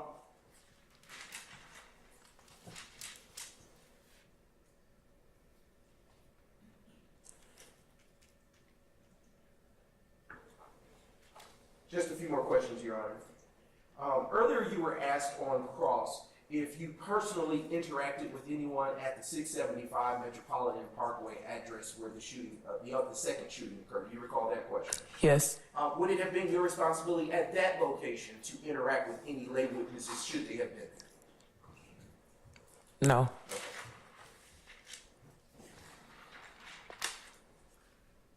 And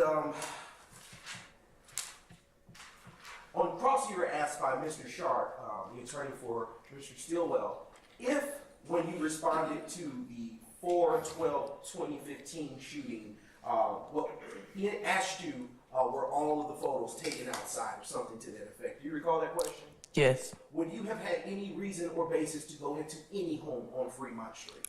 No. Okay. And why wouldn't you have gone into any home on Fremont Street to take photos? The officer or investigator wasn't there to tell me that or direct me that. I'll ask you a better question. Is it fair to say that you didn't go into any homes on Fremont Street because... I sustain this to form. Okay. I'll rephrase, Your Honor. Where did the shooting take place that brought you to, that resulted in you coming out to the Fremont Street location on April the 12th, 2015? Repeat that. Sure thing. To your knowledge, based on your report, where did the shooting occur that resulted in you responding to the Fremont Street on April the 12th, 2015? 1987, Fremont. Let me ask you a better question. does that, when you arrived, did you find, did the evidence that you collected, I'll rephrase, was the shooting inside or outside? It appeared to be outside. Just a few more questions, Your Honor.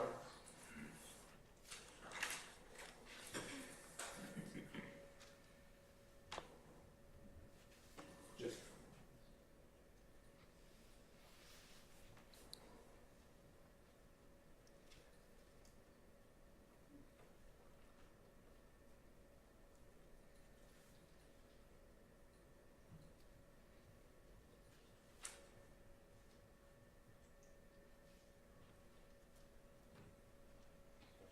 Just a few more questions for you, Mr. Robertson. When you were, and I'm turning your attention back to the April 12th, 2015 shooting to which you responded as a crime scene tech. When you arrived to the intersection of the Harper and Browns Mill Road streets, was there a white Dodge Nitro anywhere near that scene? I don't recall. Do you recall when you arrived to the Harper Browns Mill Street intersection, if a Walter Murphy ever came on scene to tell you he was shot at, that he shot at the blue truck? I don't recall. Okay. When you arrived to the Harper's Street and Browns Mill Road intersection to further your investigation, did a Demise McMullen ever come to tell you that he had shot at the blue car that was there? I sustain the objection as to form. That was Mr. Sharp. I'll rephrase, Your Honor. Okay. Do you recall when you responded to the Harper Street Browns Mill Street address, a Demise Objection, Your Honor. Basis. U.S. Constitution. Try a little harder. Now. Overruled. Overruled, sir. I'll continue with the question. Do you recall if a Demise McMullen ever came to tell you at the Harper's Street and Browns Mill Road address intersection that he had shot at the blue car that you had processed? Your Honor, no, that would call for hearsay. I sustain the objection as to form. Did a Demise McMullen ever arrive to the crime scene that you processed at the Harper Street and Browns Mill Road intersection? I don't recall. Okay. And final couple of questions, Your Honor. You said that about 5 minutes ago. So come on, let's wrap it up. Yes, Your Honor. Yes, Your Honor. Did a Rodney Allison or Kevin Treadwell ever show up to the Harper Street and Browns Mill Road while you were processing the crime scene? I don't recall.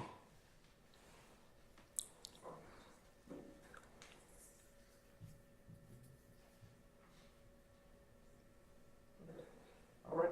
And were shell casings found at Harper and Browns Mill Road? Yes. No further questions, Your Honor. Mr. Adams?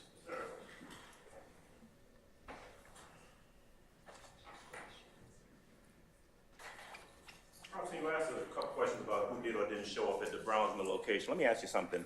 When you got to the location where you saw the car and the blood, was there a Cornelius Davis hanging around to give you a statement about what had happened in that car?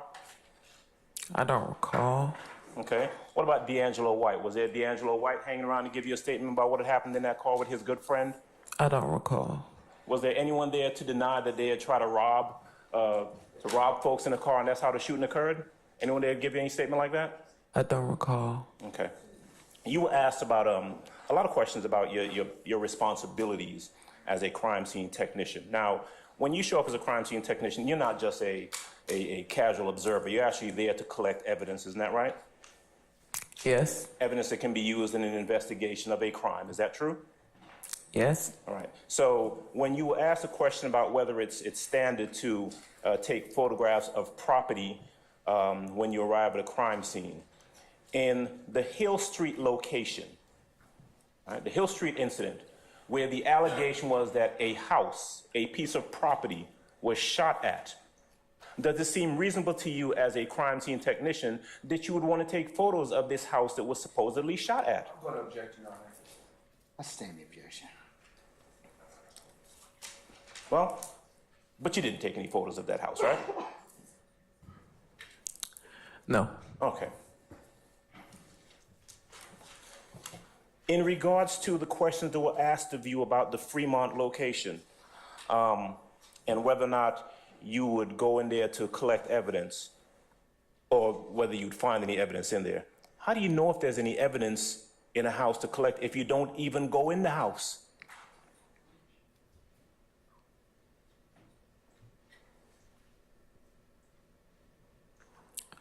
I was directed to this car. This is the location. And that's it, right? At the direction of the officer, yes. Right, and your response to to the prosecutor a little earlier about the responsibility not being yours, about making a determination about this house and if there's evidence in the house, you said that that is the lead officer's responsibility, right? Yes. And so, but you don't even remember who the lead officer was that night, do you? Correct. But that lead officer would have prepared a report, I presume, right? They normally would, Correct. right? They normally would, right?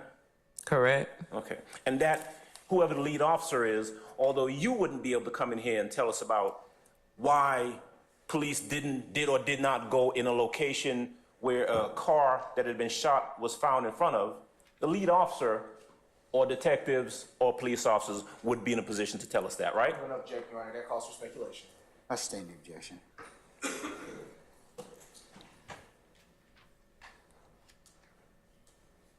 You were asked, almost done, that about shell casings, the fact that there were no shell casings found in front of the Hill Street location, that doesn't indicate that there wasn't any shooting there. You remember that question? Yes. Well, at the Metropolitan Avenue location, where there was alleged that there was a shooting in front of this structure, this property, you actually looked for and found shell casings, right? Yes. Confirming what had allegedly occurred. True? True. No shell casings in front of Hill Street to confirm, or even defects to the house to confirm the report of a supposed shooting that had taken place there, right? Objection, speculation, Your Honor. I sustain the objection. All right, that's all. Thank you, Judge. One question, Your Honor. Hold on. Anybody else? All right, we're gonna find out one question. One question. All right? Ms. Robertson, were there any shell casings found in front of 1987 Fremont Street? Objection, as been answered. Overruled. I don't recall. Could you take a look at your report and tell me where it is that the report pertaining to the Fremont shooting?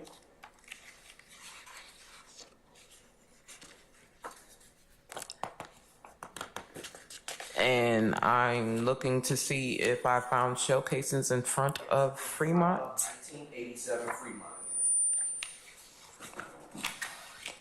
No.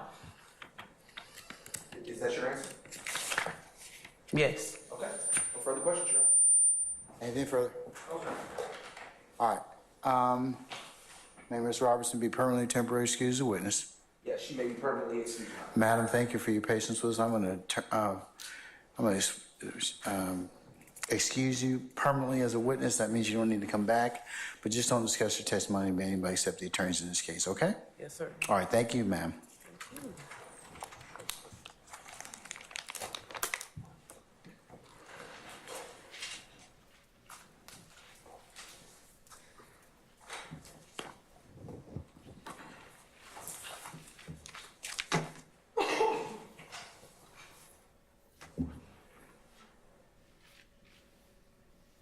All right, call your next witness.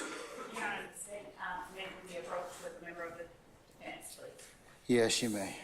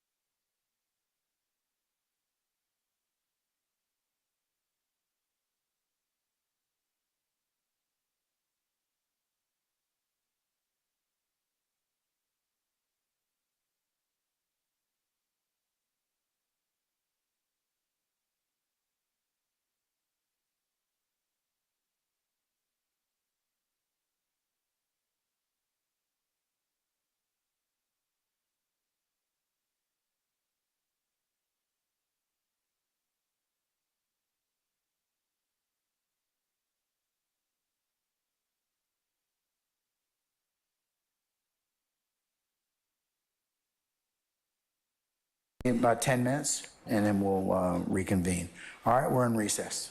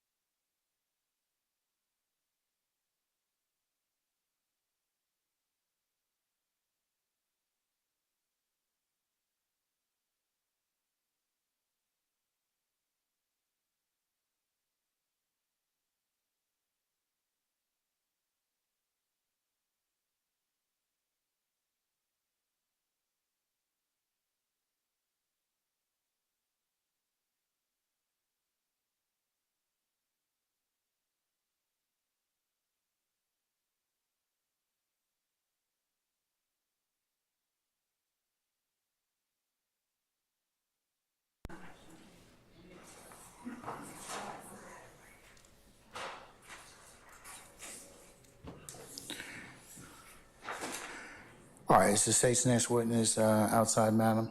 Yes. All right, okay. Are jurors present, sir? Yes, sir. Okay. Madam, Would the court address the matter that we requested consideration for in terms of what, madam? the next witness image, and if the court would like to view the witness personally, we ask that the court allow that to be done outside. Madam.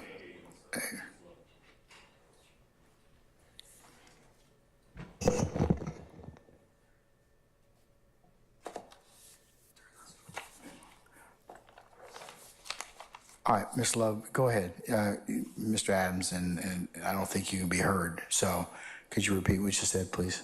I ask that the court allow us the consideration that we requested at the bench before we broke for at least the remainder of today, until such time as the court can hear as it wishes from the witness themselves regarding the concern, or until such time that we can just, for today. Okay. Why we could, okay, this is again, why we couldn't have taken this up at an earlier time, or you couldn't let me know this so I could go ahead and rule upon it earlier?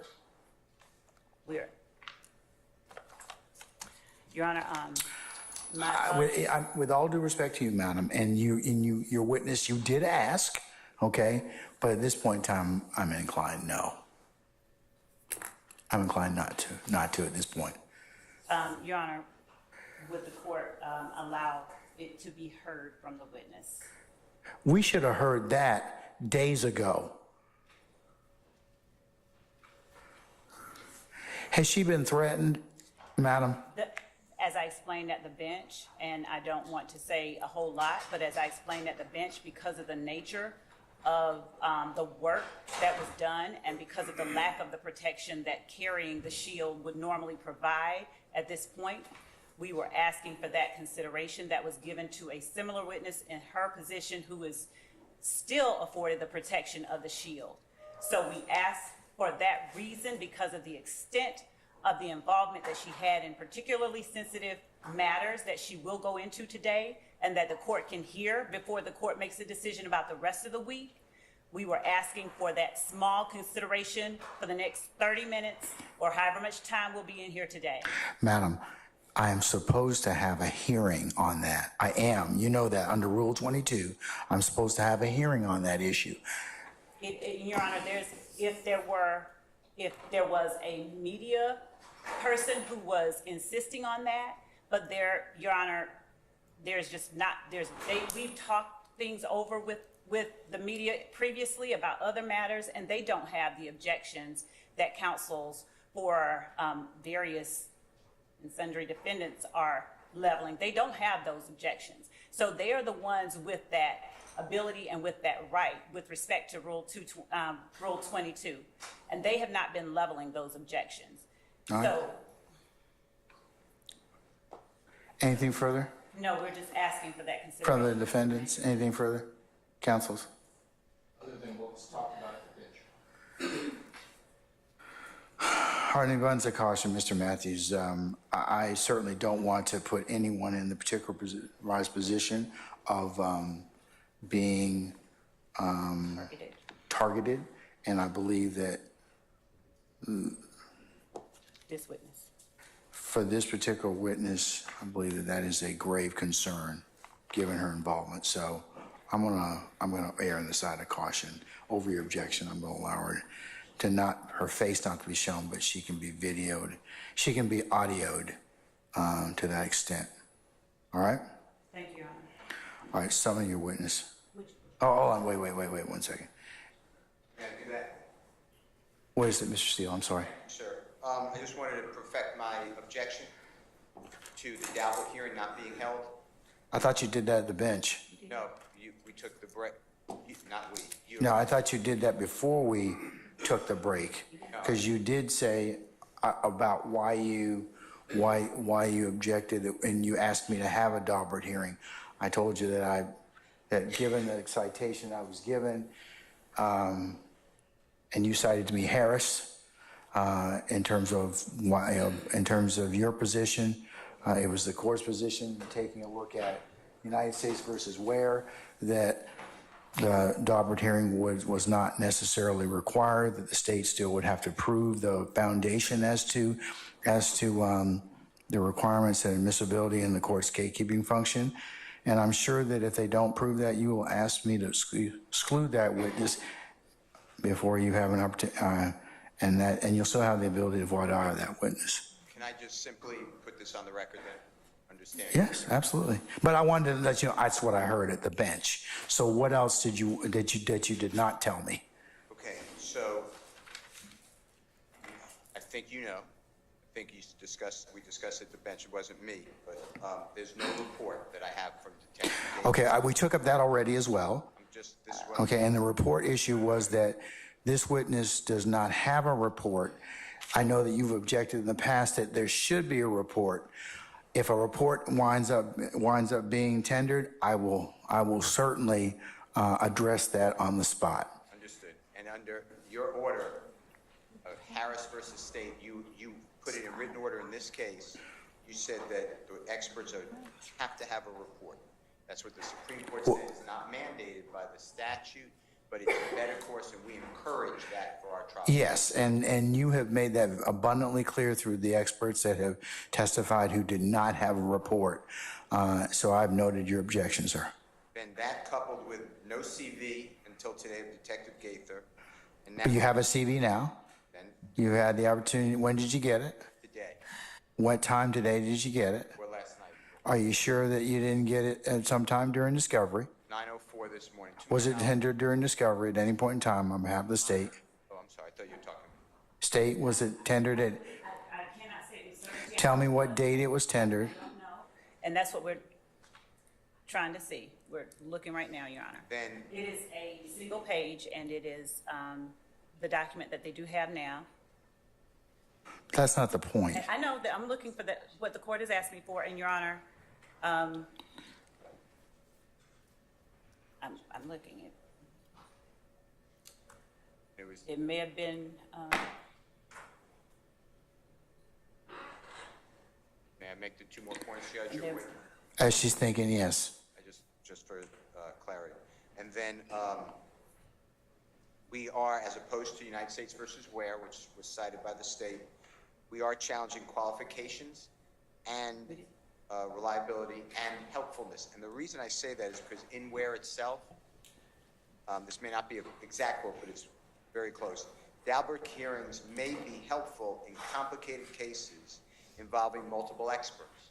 Same section. Multiple experts, but go on. You have to also, multiple scientific experts. Well, in this case, I have multiple experts, and we're going to have the blending potentially of a fact witness and an expert witness, and you already said we're not doing that. We have to have a demarcation. It's just a lot of information, and I don't know what the expert is going to do that's in addition to and not cumulative of people you've qualified over objection. Detective Dennis, Detective Viverito, or Investigator Viverito, Detective Belknap, who testified, and Detective Underwood. So, Your Honor, at some point, to me, you should, respectfully, we should hear why this is not cumulative. And that's what my objections are. And I appreciate you letting me make the record. You're welcome, sir. Not a problem. Madam, did you wish to be heard on that last issue of Mr. Steele? Your Honor, I was just going to say that we've not yet, the jury hasn't heard from anyone except Detective Belknap at this point. And Detective Gaither, we will be clearly demarking and letting the court know at what point we would transition over into anything expert related. My anticipation was today we were not even going to get to that point. So is the, I'm sorry. Go ahead. She is specifically here, in addition to giving her background, what her training and experience is. Of course, she has to introduce herself to the jury, but we specifically are here to engage this witness regarding the Dexter Montgomery shooting, that she was one of the ultimate lead investigators on that case, was turned over to the gang unit, and she worked that case, and we are So is she a fact witness She is, yes, she will for be Dexter both. Montgomery? Yes, she is in fact a fact witness for Dexter Montgomery. And, she will be tendered later on as an expert. So she's not so at this point in time, she is not, We will not be eliciting expert testimony from her today. We will not even be tendering her as an expert today. well, I still need to read the admonition, don't I? I don't believe so. I think it's at the point where we stop and start getting into the different, testimonies. Like when I stop with the fact, testimony and get into tendering her, asking the court to have her admitted as an expert. I think the point at which I asked that she be admitted as an expert is the point at which the court rightly would give the demarcation admonition, if you will. Because everything that she's going to talk about, at least today, first, will be background and fact.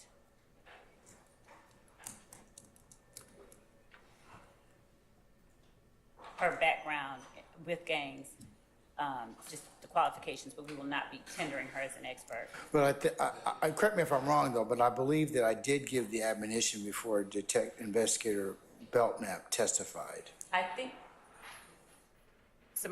Ms. Hilton says that you did, but I'm not certain that I remember the exact circumstances, whether she started with the expert and then went into fact. I think she started with the expert and went into fact. I am going to start with fact, so she's just a regular witness, and until such time that the state asks that she be admitted as an expert, I do not believe it's necessary that the court even broach the subject with the jury. I think. All right. Okay. Thank you. Yes, Mr. Short. I just want to remind the court of one other issue, just in case it comes up. I brought up the issue last week about, or actually on Monday, I believe, about Investigator Robinson and the issue of an internal affairs investigation. And Yes, I remember that. ordered the state, and the state indicated that they may very well go into that, and you ordered the state to hand over all files that would be Brady material and hand them over to the defense. We have not received any of those files yet. So I just wanted to bring that to your attention in case the state starts trying to get into some of those things, that we have not received anything as of yet. That's with, Investigator Gaither took over this investigation from that individual, I believe. So, Your Honor, we will do we have, well, I said independently, have you found or located the internal affairs? We had to ask for it. We didn't have it, and I believe that we did request and receive some documents Okay. that we will be providing to the defense, but we won't be getting into that person at all at any point today either. So It still needs to be turned over. So, Mr. Shard, if you just remind me again, okay? All right. Anything further? Just for the informed court, the fair court, we have motions outstanding if it's going to be impeachment for Mr. Walter Murphy. The redaction. I expect that to be done, and you all should probably work that out. I've seen plenty of conversations about it, but you all need to gather your heads about it in terms of whether or not, because I thought my instructions were pretty clear. we won't be bringing into any, we won't be bringing any of that before today is up. So I believe that more. Now, Ms. Love, I'm gonna tell you, before it comes up, you should have redacted that particular,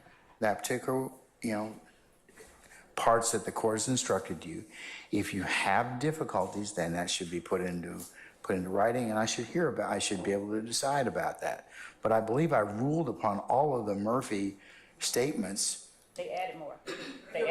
That's all it is to it. Your Honor, there's some additional, I saw that and there, some of it's in conflict with what one defense attorney asked for. And so the state is confused. So Mr. Shard in his motion asked for a particular portion involving Mr. Murphy to be redacted. Now Mr. Steele is asking for it to be in. We took it out. We already did the proffer. We sent over the redactions as ordered by the court. Mr. Steele, this morning when we talked after he reviewed, had some objections to what has already been redacted. And so we disagree. And so I don't think there's anything except for the court to hear those disagreements, because at this point, we disagree on these additional redactions. But we have done them pursuant to what we've discussed last week, earlier this week. Those are redactions that have been already turned over. And Your Honor, we don't, like I said, we won't be tendering those if the court will allow us to begin with the witness, and we can, if the court will allow us to further address those matters at the close of the, whenever the court sees fit today. I'd ask that the court allow us to do that outside of the jury being here.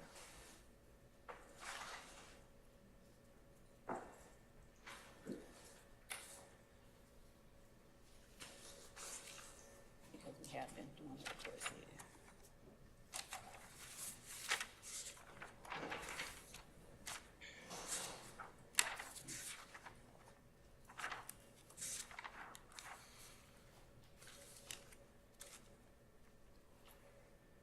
But we won't, yeah, there's no need to,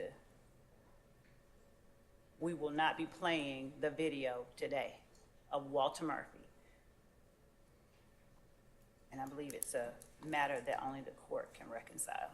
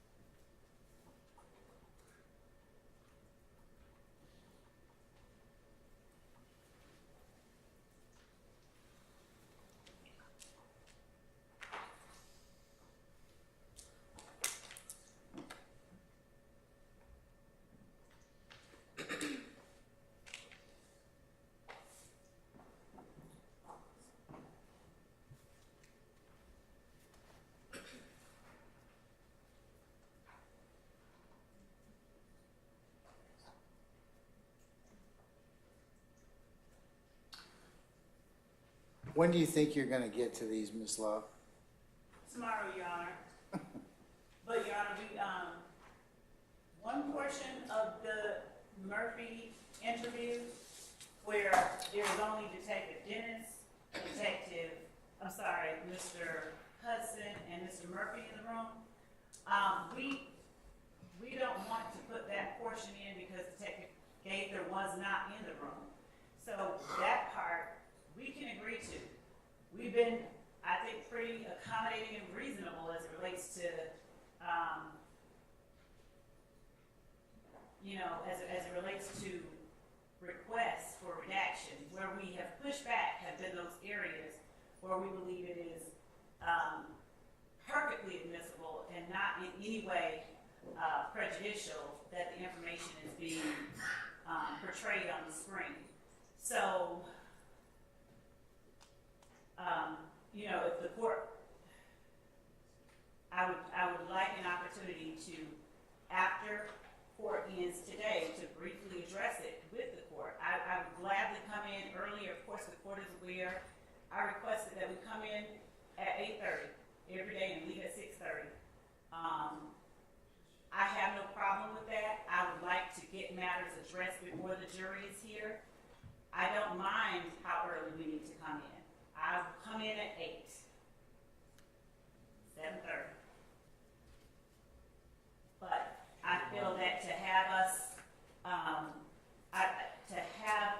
not able to properly address the concerns that we have with the redactions that have been demanded puts everyone at a disadvantage when we are notified after we have complied with the court's instructions and after the information was not only served 2 years ago, but 2 weeks ago, there was another notice of precisely the exhibits we intended to use. And the first time we hear about these particular redaction requests is the day we're putting it up. So it's a way that we are hamstrung. We are not allowed to put up our case in a fluid manner. So we would gladly come in as early as we need to and stay as late as we need to hash these issues out. So I ask on the record again, like I did at the bench with Mr. Adams a few weeks ago before Mr. Weinstein ever filed his motion, that we be allowed to stay as late as need be and to come as early as need be to address these matters so that our cases aren't impacted negatively by any efforts of people that are different than we are. So I'm asking for that, Your Honor.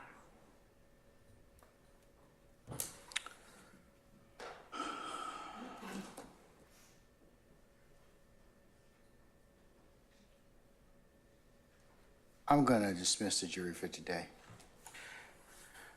Sergeant Ingram, summon our jurors, please.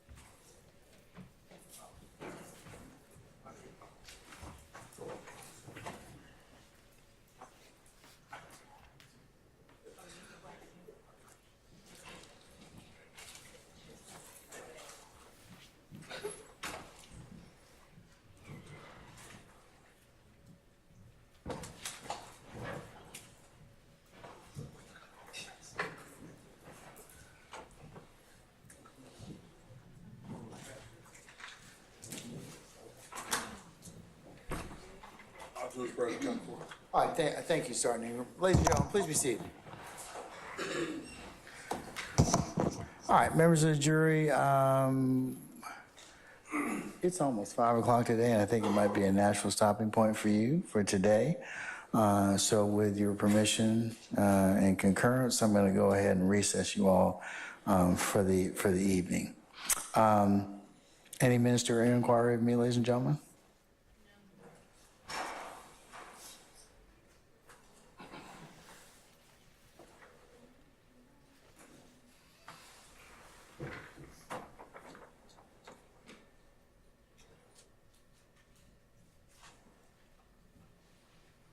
All right, then, ladies and gentlemen, consistent with my earlier directives, what I'm going to do is I'll have you come in tomorrow morning for 8:30 for an anticipated 9 o'clock start time. Tomorrow is an abbreviated day. As one of your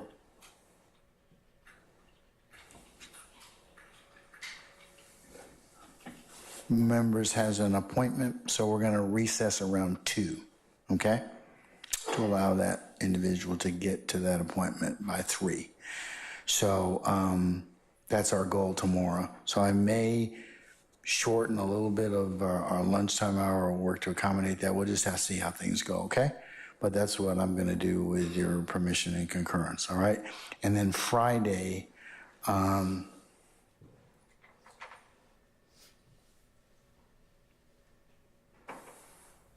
19th, we'll gather at 12:30 for an anticipated 1 o'clock start time, and then we'll go to around 5 or thereabouts, okay? All right.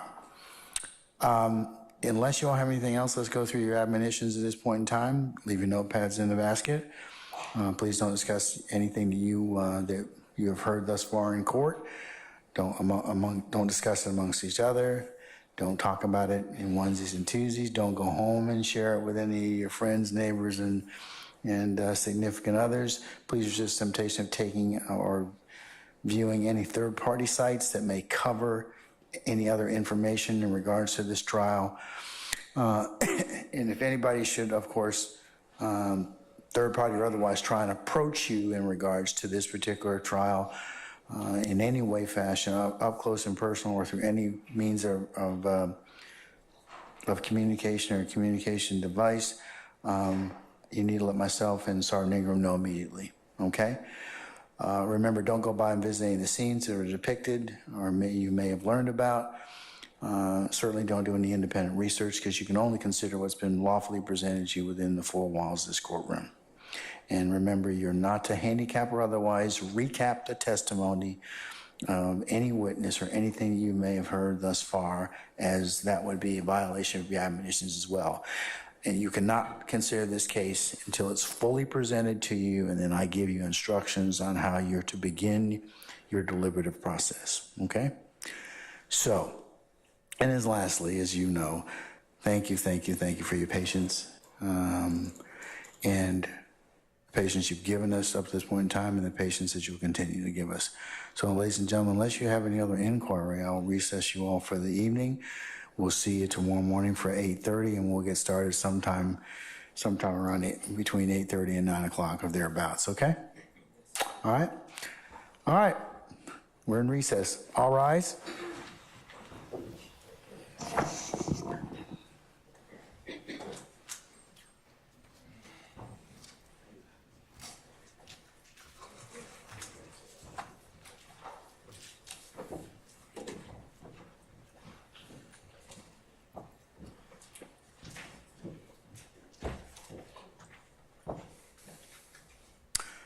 Okay, ladies and gentlemen, please be seated.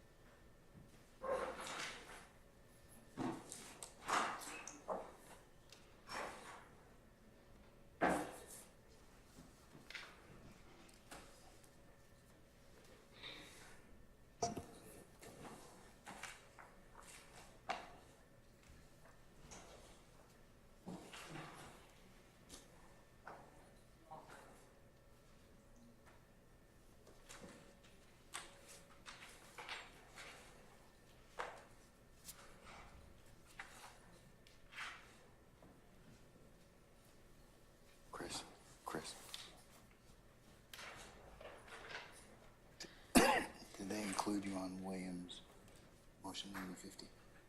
Redactions out of court statements, include you on that? Did they include you on the email?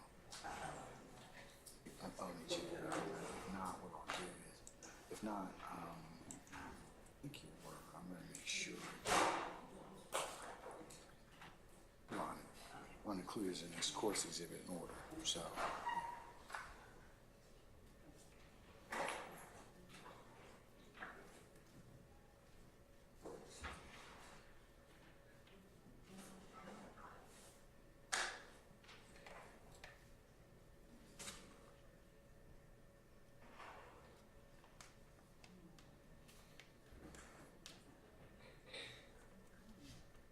Okay, let me cover a couple of things before we deal with Mr. Steele's motion limiting number 50, which Ms. Weaver's already been included on, and I will include as the next court exhibit in order the email as well as the motion. Here's the problem, as I keep telling you all, and I'm just trying to say this as artfully as I can, but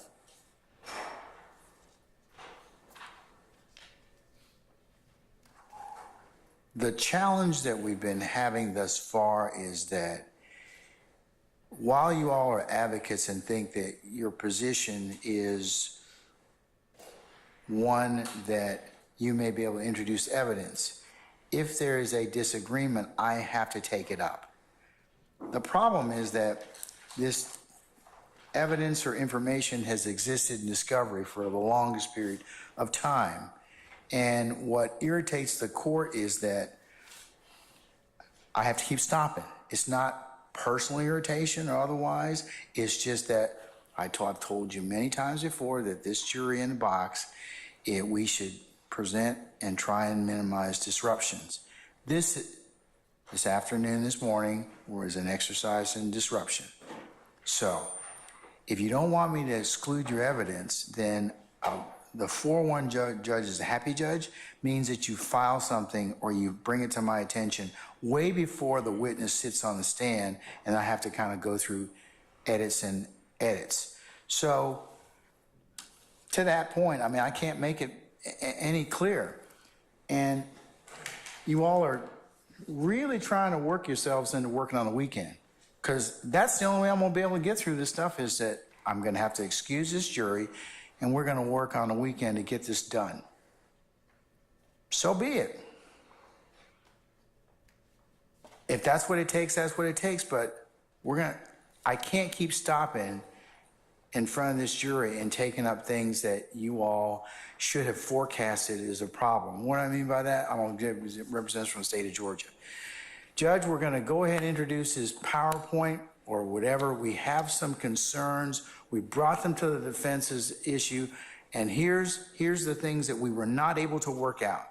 Because remember, you all are seasoned advocates. This is not your first trial. It's not like you don't know what you think is going to be admissible or not. And if you're uncertain about it, that's why you file a motion limiting.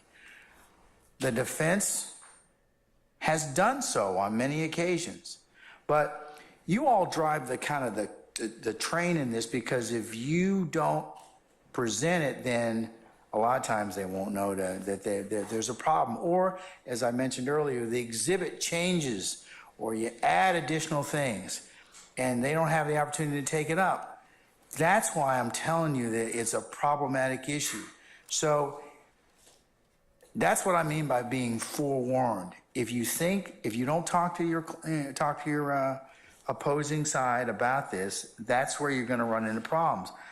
Because I'm just going to start saying, well, if you haven't talked about it, it hasn't been presented to me, and the jury's sitting in a box, I'm going to exclude it. At this point in time, I am very frustrated, to say the least. And I'm just telling you that being forewarned is more than just 10 minutes before we go out, or coming early or staying late. There are some 30 people that have to get in this particular spot in one time. And I can't blame you all, and I won't blame you all because the law doesn't prevent me to do that for not being in the proper place and space you're supposed to. And there are a lot of things that happen because all of us have been, and the court is very sensitive, having been a trial advocate going from courthouse to courthouse, parking lot to parking lot. I understand what it takes to get in this courthouse in the morning. But you all have to be here a lot earlier, and you need to be sitting in your places. We need to be waiting on them, shouldn't be waiting on you. There are at least 6 sets of lawyers that have to get here. And you all should not be just sitting down when I get here. If I tell you to be here at a particular time, please be here and be in place so that I can go ahead and start. Because we eat up time that way. And I mean, I just don't know what else to tell you all, but I'm trying to be as patient as I can, but I'm at a loss for words at this point in time because I have said this over and over and over again. So if you don't want to see contempt, if you don't want to see us working on the weekends, then please change what you're doing. And Mr. Starr, the inquiry I made this morning is a valid inquiry. None of you would do this if you were in the United States District Court. None of you. My colleagues in federal court would probably jail most of you. And for those of you that have practiced in federal court, this is not the way it goes. From the state's perspective, as well as the defense perspective. Everything's filed in advance. So why should you do anything less than in this courtroom? I don't see the same level of professionalism and attentiveness that you all need to do in terms of getting issues fleshed out. It's last minute.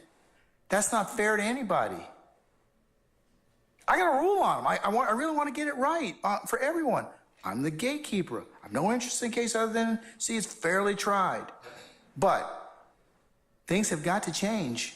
That's why I asked that to you, Mr. Sharp, this morning. It wasn't for any other reason, because some of this stuff I'm just at a loss for. You all are seasoned advocates. It should not make a difference whether or not somebody brought it up or who said what. If you know it's going to be an issue, flag it, present it, and let me deal with it. Or let me carve out a day so I can go ahead and deal with it. I can't deal with this as a witness on the stand. That's not right. So that's why I asked you that this morning. So in the interest of trying to kind of get it right, please just modify your habits in terms of stop this last minute stuff. All right.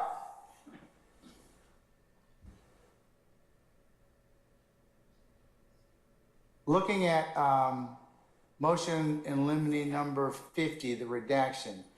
All right, Mr. Steele, I have it. I marked it as the next court exhibit in order. So let's talk about it.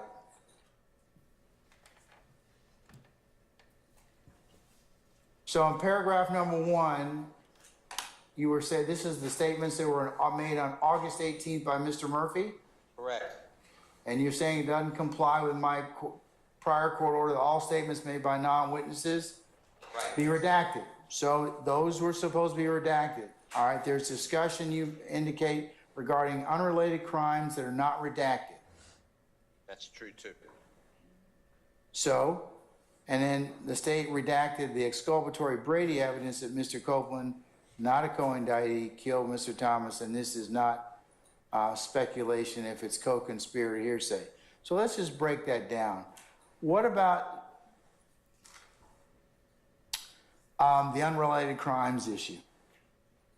Your Honor, there is a conversation about other armed robberies. I'm looking for the exact time that I can point you to.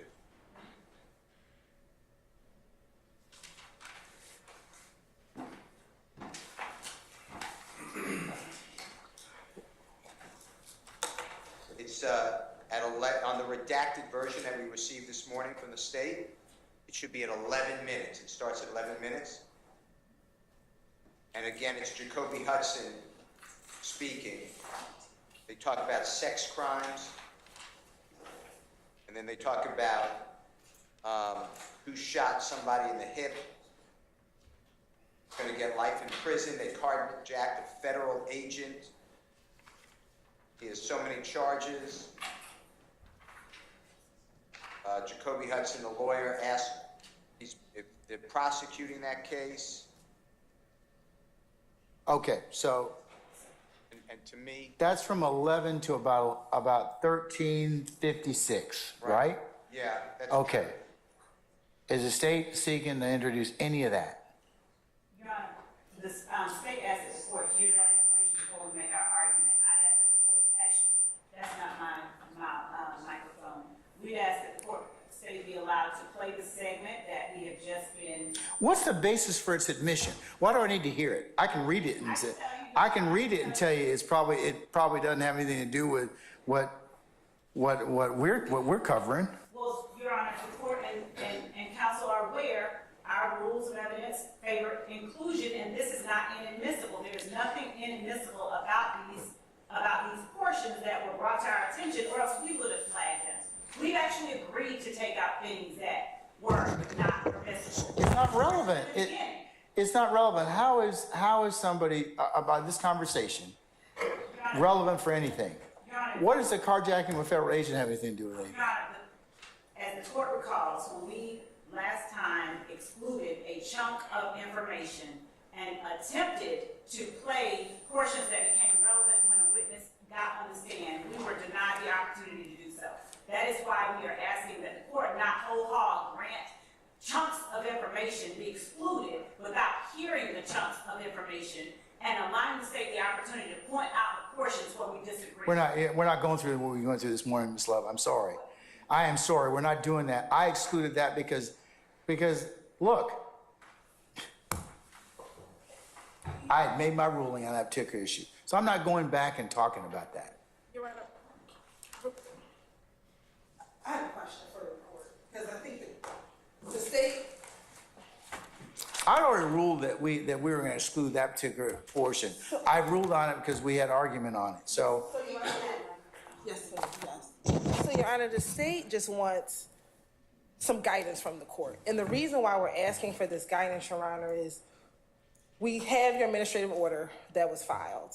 And what the state did, especially, and we're going to speak specifically about Dexter Montgomery. On April 4th, as the court instructed, we turned over all of our evidence to defense counsel that we were going to use, everything. That included all these recordings that we're talking about right now, that included what you excluded, the portions that you excluded earlier. We turned that over on April 4th. We received one motion in limine about redactions. That was what Mr. Shard filed on behalf of Mr. Stillwell on April 10th. Then we got another one this morning on April 17th. So what the court asked of the state to do, we did in order to avoid any late arguments. What we understood from the court's administrative order is that state turn over the evidence so that defense counsel can review it. If there are any objections, they would file such. They did that for a portion of it. They never mentioned Mr. White's statement in this motion. They never mentioned any of the other redactions that are coming today. I got it. So- But let me ask you a question. Are those particular portions admissible? Which portion? For talking about Mr. White or for what we're talking, what Mr. One we're talking Steele about was right now. about? We have to go look at the earlier portion. What we have in the earlier portion of this statement, I believe it's the August 18th statement that we're referencing, is that in the room is Mr. Hudson, Investigator Dennis, and Mr. Murphy, and they're talking prior to the interviewing starting. Some things are relevant, some things are not. We need to look at it and decide. But that's what you should have done already. But we just got the information, Your Honor. We okay, didn't okay, know. all right. So the state believes that it should all come in. So if the defense has an objection, Okay. then they have to let us know so we can talk about it. And we actually had some conversation this morning before we came to court to see what we can resolve. So we're trying to follow the court's instruction. I know that, but So- I want you to go further. I want you to go further in the sense of you need to review your evidence before then and realistically kind of look at this in terms of whether or not it's going to be admissible. But Your Honor, I mean, if they because never- it's not like that's what I'm talking to you about. But Your Honor, they already filed a motion regarding this particular interview, and they didn't flag it, Your Honor. So the state is on notice about what they already. I understand that, but And they literally list out August 18th, 2015, and then I think even Mr. Harvey had an additional redaction He that did. we added to it. So we are following clearly what the court has asked. So this is what they objected to. This is what it is. If there was any objection earlier, they would have said that. So we would have then been able to argue it a week ago when we argued this motion.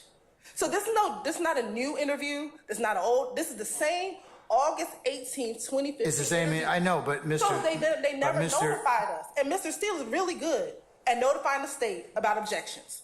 He did not. And so we didn't think it was an issue I until he understand. brought it to our attention. I understand. And we talked to him about it. We did not agree. And I think that is why Mr. Sharp brought it to the court's attention this morning about Mr. White, because we did try to resolve it. And I think he brought it to the court's attention because we could not resolve it and we wanted the court to make a ruling.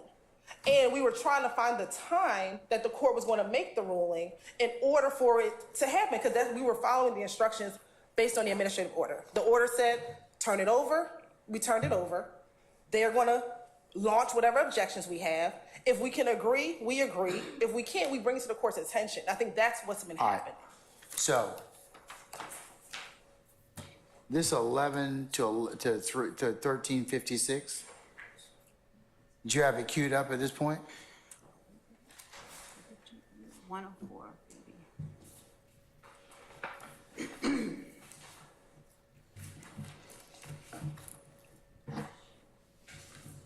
I understand what you're saying, Ms. Hilton. You're saying that two defense counsels have differing opinions as to what should be redacted or included. That's a different portion. That's not even this portion right here. That's later on. And we redacted, based on this, what now another defense counsel wants in. But again, we were not put on notice so we can have that argument and hash that out. So we're trying to follow the court's instruction. We want to move this case along, and we're not trying to prolong it, but there are going to be times where the state and the defense are going to disagree, and we just want to make sure that we are properly following the court's instruction. And that's what we want to make sure, and so we just want guidance from the court. Try not to, okay, I understand that, Ms. Hilton. Just try not to do that like hours before I need to come, because that should not be what I'm feeling right now, that's more the rule than the exception. And I don't want to do, and the court doesn't want to do that anymore. So what I'm asking is, if we disagree, if we talk about it and we disagree, should we then notify the court, say we've discussed it and we still disagree and we think there needs to be a motion? I mean, we need to have a hearing, excuse me. So I just want to make sure that the court, before coming into court, is fully aware. We've talked about it, we disagree, we may need a hearing so that the court is aware. So I just want to make sure we're following.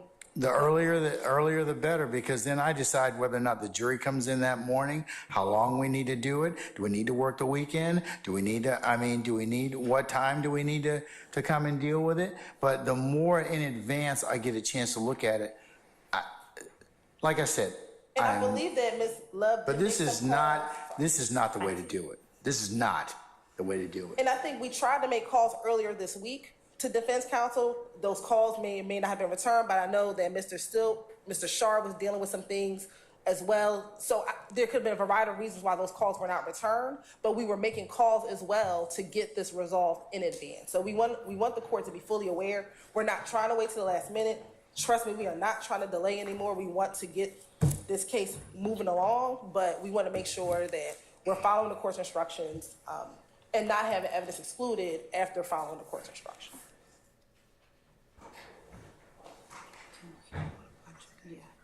Do you have it flagged, madam? We're pulling it up. It has to play an evidence reviewer, Your Honor. Mr. Steele? Okay. Just want, everybody should always be nothing but honest with each other in every dealing and professional. And I think that members of the state have done that and will continue to do that, and I know that the defense is trying to do that all the time. But I do want to raise one thing. When I received this today, the redaction today, that's what I filed, motion limiting number 50. You already ruled on motion limiting number 47, which I filed on 4/9/24. And I specifically wrote in paragraph 2 that the state has indicated it will potentially use interviews and proffers of Mr. Walter Murphy, which is what we're talking about, as exhibits at trial in the above referenced case. Then I wrote, Mr. Williams respectfully requests that, well, I wrote, without Attorney Hudson, becoming a witness in this case, Mr. Williams respectfully requests that these portions and any other similar portions where non-testifying third parties make statements on the recording be redacted. This includes, I also wrote, any jail calls. The admission of any non-testifying third party at a proffer setting or meetings with the police violates Mr. Williams' constitutional rights and Confrontation Clause as well as inadmissible hearsay declaration. You granted the state today, and I'm not casting aspersions, when they gave the redaction, I was surprised because all this that I have in there, except for the Brady and except for the Mr. Copeland shot, God forbid, shot the man, it's Mr. Hudson. You've already ruled it out. So for the state to say it, I'm not saying they're saying it wrong. Maybe they forgot you ruled. But those are all the issues. Mr. Hudson and Detective Dennis, I know you haven't seen it. They I guess they're friendly. They get into a major discussion throughout this interview. That's what I flagged. So I wasted my time today to do what you already ordered because you want to have it in writing, and I'm trying. I understand it, and that's it, and that's all that there is. So for the state to say they got it today, or there's conflicting, it's not conflicting. Mr. Sharp, Mr. Harvey had issues. I had these issues. yeah, I did rule upon that earlier, State. So I mean, in terms of the statements involving Mr. Hudson. So Your Honor, I think the court should, I'd ask that the court respectfully look back. We carefully, Ms. Hilton was here that day, I was not, I believe. And Your Honor, the court, Ms. Hilton took diligent notes about what was to be excluded. I believe that the resolution to what we disagree on would be sought in what the court said on the record. We took out the portions that the court ordered that we take out. Respectfully, Your Honor, I'm certain that there are areas where people can disagree, but I do know that we have been working very diligently to get those redactions done at her urging, as she was the one here listening to the court. So I'm not certain if there was a miscommunication, if one lawyer heard one thing and another heard something different. Perhaps the answer lies in the record itself, but we took out the portions we were ordered to take out. And as it relates to other matters, Judge, we do not have an agreement. We cannot agree on what we firmly, the court said that we should recognize things that might be a problem. We did, and we don't disagree on those. But the portions that are absolutely not impermissible, Your Honor, and that are only brought to us as a problem, the night before the witnesses to take the stand, we cannot read minds. They're entitled to argue about anything, but we have tried, and many times more Ms. Hilton than I, but we have seriously tried to be extremely accommodating and to anticipate problems. But when we firmly disagree as to whether or not certain portions are permissible, not permissible, relevant, not relevant, that's the place where we have to come to Your Honor. And respectfully, Your Honor, that's what happened today. We were blindsided, and with the way that if the defense counsel is allowed simply to make an objection, and we didn't come up with whatever thing they found in some way could be possibly in another universe inadmissible, then the court has told the state that the court will exclude the state's evidence because they came up at 9:46 p.m. the night before after having this stuff for 2 weeks. And after hearing cross-examination of D'Angelo White, Your Honor, where Mr. Atkins specifically confronted Mr. White with the very statements they are now asking not to be included. The very statements. He literally verbatim asked Mr. White, over no objection from either of the defense, these exact statements. And now they want to keep them out Because then it looks like he was arguing something or assuming facts not in evidence, when in fact, he was simply confronting the witness with a prior inconsistent statement, as he was supposed to do. So at 9:46, we get a motion in limine to exclude it, and they've had this for 2 weeks knowing we were going to do exactly that. After Mr. White took the stand, they knew we were going to do exactly this. So we literally have been talking to them. I've called and said, talk to me, call me. Here, I've been told on the record, we don't want to talk to her. Literally, that's what was said on the record. We don't need to talk to her. And so, Your Honor, I'm begging the court not to hamstring the state and leave it in the... I'm not trying to hamstring you, madam, but I want you all to be prepared. It's ridiculous. And we have been, and we literally told them last night, we are sending over this final of redactions. But I do And not. then we get this whole list of things. I mean, it's disruptive. You know, we get it at 9:46 at night. And it's not fair to anybody, frankly. The defense, the state, the jurors, the court. It's not fair to anybody. Well, stop doing it then. I mean, that's the But, Your Honor, we that's the can't thing. figure it Stop out. doing it. And we have anticipated a lot. But the things to anticipate, to anticipate, Your Honor, not. Madam, I'm Yes, Your Honor. I'm kind of I'm tired. Okay, I really am. I really am. Mr. Sharp. I'm gonna try not to belittle the point, but we at this point we have filed motions, and I have been filing motions the day before, and Your Honor has said certain things to me, and I accept that, and I'm not complaining to the court, but the things that I have filed in those motions are legal arguments that I never thought I would have to make because I did not think the state would ever try to admit such evidence. Because we have all gone to law school, we all know what hearsay is, we all know what inadmissible evidence is, we all know what irrelevant evidence is, we all know that we wouldn't play recordings that talk about unrelated crimes, wholly unrelated crimes. We all know that we wouldn't play recordings where people say what other people said. So that's, respectfully, Your Honor, and maybe I haven't articulated, that's why I haven't filed these motions. But when I see the state put in their anticipated evidence coming forward through Investigator Dennis, a PowerPoint presentation that is just full of hearsay and full of incomplete, irrelevant, extraneous information, then I actually was put on notice at that time. I said, the state really thinks there's no rules to this. So I really need to start flagging everything. I was not trying to be disrespectful to the court by waiting to the last minute. I didn't think it was necessary to say, I want the state to follow the rules of evidence in the presentation of this case. I am now on notice, and I will be flagging everything I can think of and try to have a happy judge because you will be a forewarned judge. But I want you to understand that that's where I'm coming from. I understand. And so a lot of these things, I just didn't think we'd need to argue about. All right. Let me hear the statement, the audio from 11 to 13:56. Hey,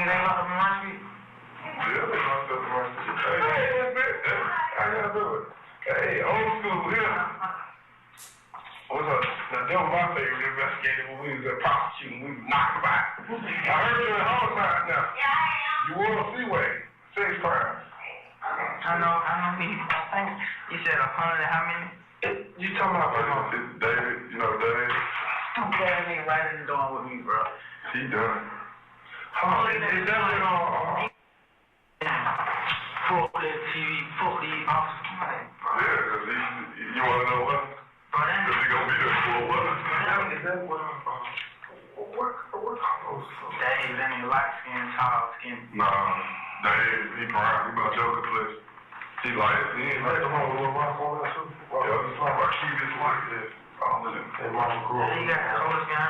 You smart, son. He's slim, skinny, tall. Yeah, he got shot in the hip by the homo. Yeah. That's exactly what they said too in the dome. You don't get my life. They carjacked the federal agent. Yeah, I heard that. What did you do to have 100 and something charges, bro? Murder, 3 home invasion. I'm saying, babe. 5 leave on that. Yeah, okay. So they was just... You got a car? So they was just, when you know, every day doing shit, basically. So you did all this in one day? No. Appreciate it. Like, he was playing Grammy, their father, in real life. They were. They were. Oh, and they on camera. See, I mean, he shot out, bro. He shot out. Appreciate you, my guy. You don't got it all. You just gotta lose one moving. Well, they honestly, they just got over. They went over. Like, they was not thinking it was serious. Gabe ain't prosecuting that, though, is it? Is he prosecuting that? Probably serious. Who was Gabe?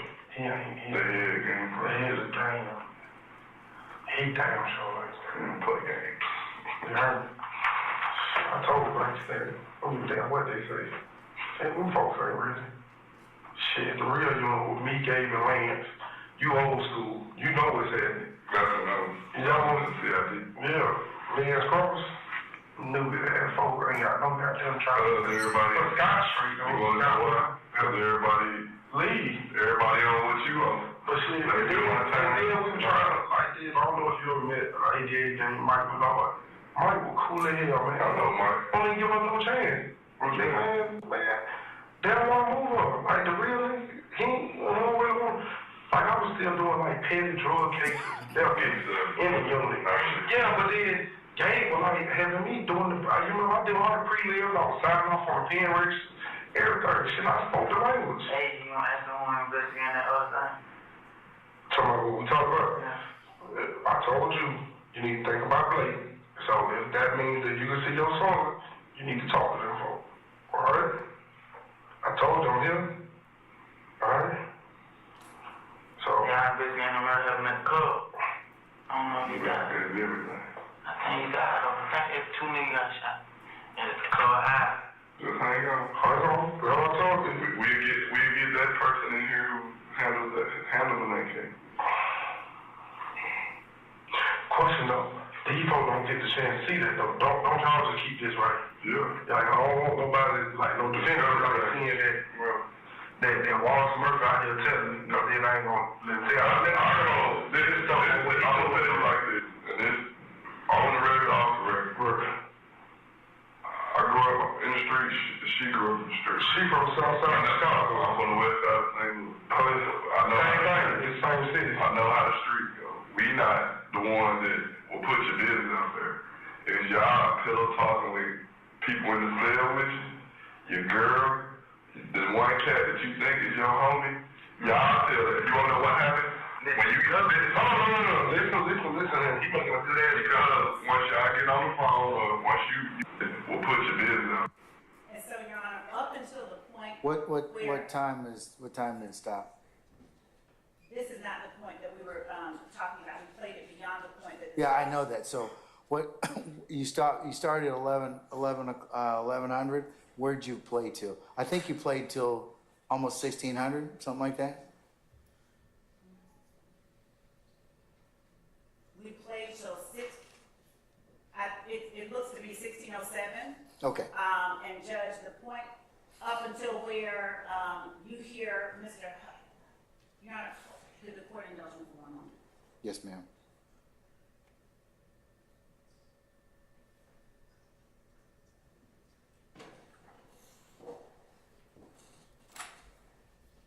Your Honor, I apologize to the court if the court will remind me 1 moment. Yes, ma'am.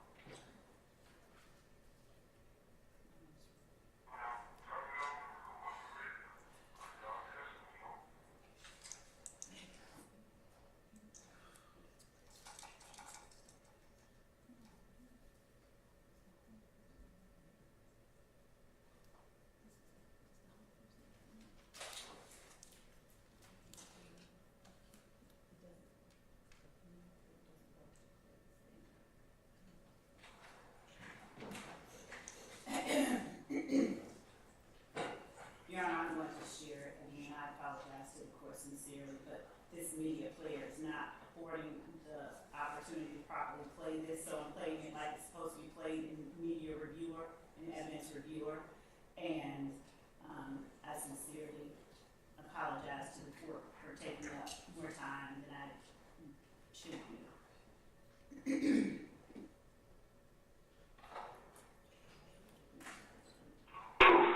We're gonna get over this 3 o'clock. That's all we looking for, bro. Oh, well, you know what? Come on, Dennis. Y'all already know the truth. Y'all don't understand it. He know that. Well, I just say, if you gonna tell it, then you got to tell it. I just want to protect him now. Okay, like, y'all look out for him. Like, y'all need to be doing decade behind ball. If he's gonna tell y'all, cause. But also we don't have all we can do is make a recommendation. Hey, y'all I've already called Gabe. I was just talking to him in the lobby. That's still like a big brother. I was still in the unit with him when I was prosecuting. What he said it's good. He said it's good. And so, but I told him that y'all can't like grant him no immunity and then like that. Y'all just make the recommendation. Let him know what he said. Right. Okay. That's why a lot of guys think soon as they talk to us, he know that though. Like we got a line where we can be like, give him a bond. Right. He know that don't work like that, bro. And he prepared to say other things that DK know now that shit got real. Cause now, one thing for him to have 2 girls, but when he finally seen that his son and his son look just like, we told him change your ways. But I don't know if he's capable of doing that, to be honest. Cause he got to change the environment. Is this 11? So, we're gonna vote. What is this section you're playing me now? Because I wanted to hear 11 through 1356, and I heard it already, even though. 2 South 47. What was it you were going to tell? Because I heard that. I've heard through 1607. Okay. That's what you told me. So the part that we were saying we had no problem up to was the point, and we were trying to find the timestamp where he said, I told you, where Mr. Hudson is imploring Mr. Murphy to think about his son. And that if that means he can see his son and talk to them folks, all right? So when Mr. Hudson is encouraging Mr. Murphy to be candid, that portion, up until that portion, we have no problem with. But given the cross-examination and the questions that have been asked and the answers that were given on the stand, we believe it is very important that the jury hears, because Mr. Murphy said many times, as the court is aware, he would have done anything. Well, the jury should hear what Mr. Murphy heard and how, what his reaction was, because that's what we're asking for it to be admitted for, what the effect of the words of the people around him had on Mr. Murphy, because the argument has been made already and will be made throughout this case. Mr. Sharp's whole opening was about Blue Denham something or another, Fulton County. And so the argument is being made that people are attempting to lie their way out of having to spend more time in jail.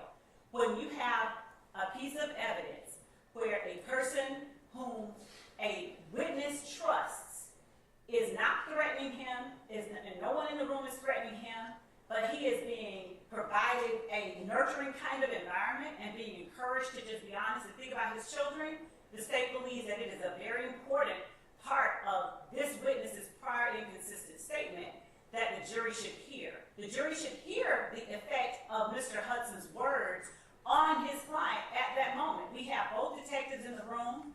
It's not a hearsay issue. We're not offering Mr. Hudson's statement for the truth of the matter asserted. We're offering them for their effect on Mr. Murphy, who has now come in and said something way different than what he said during his interviews. So, Your Honor, up until this point right here, up until the point where he says where Mr. Hudson tells Mr. Murphy, you need to think about Blake, the state has no problem with, because it doesn't deal with him and this negotiation that he is engaging in. They're just having small talk. We are perfectly amenable to taking out up until that point, and we will get that correct timestamp for the court and make certain that we have that to the court. I don't want to play it in because everyone is tired, but I would like for the court to at least understand that we are not asking to include everything that they want out. We are just saying that relevant portions, and of course, number one, the bar for relevancy is low, but number two, we're not trying to get in hearsay. This is things that were told. Okay, but what is it, okay, assuming Mr. Steele's time hacks are correct, at 1100 hours, 1100, Tommy stops by and says hello. Hudson knows and speaks about sex crimes till about 11:15, about first 15 seconds, all right? So what does that have anything to do with this case? If that's at the very beginning, I don't mind that being out, but we can't. The problem with giving a generalized description of something that's being said is that we could end up having excluded important parts that we don't agree to and that are relevant and not inadmissible. So that's why we are asking the court not to rely on a generalized description of a segment of a witness's interview. Do you have a transcript of this particular hearing? I mean, not Yes, hearing. we haven't Hearing? had time to correct it, but we do have a transcript and we're looking at it and we can provide it to everybody in the court to make things easier. We're sending it out now. We have not had an opportunity to make sure that it's an accurate reflection of all that is said, but we will send it anyway.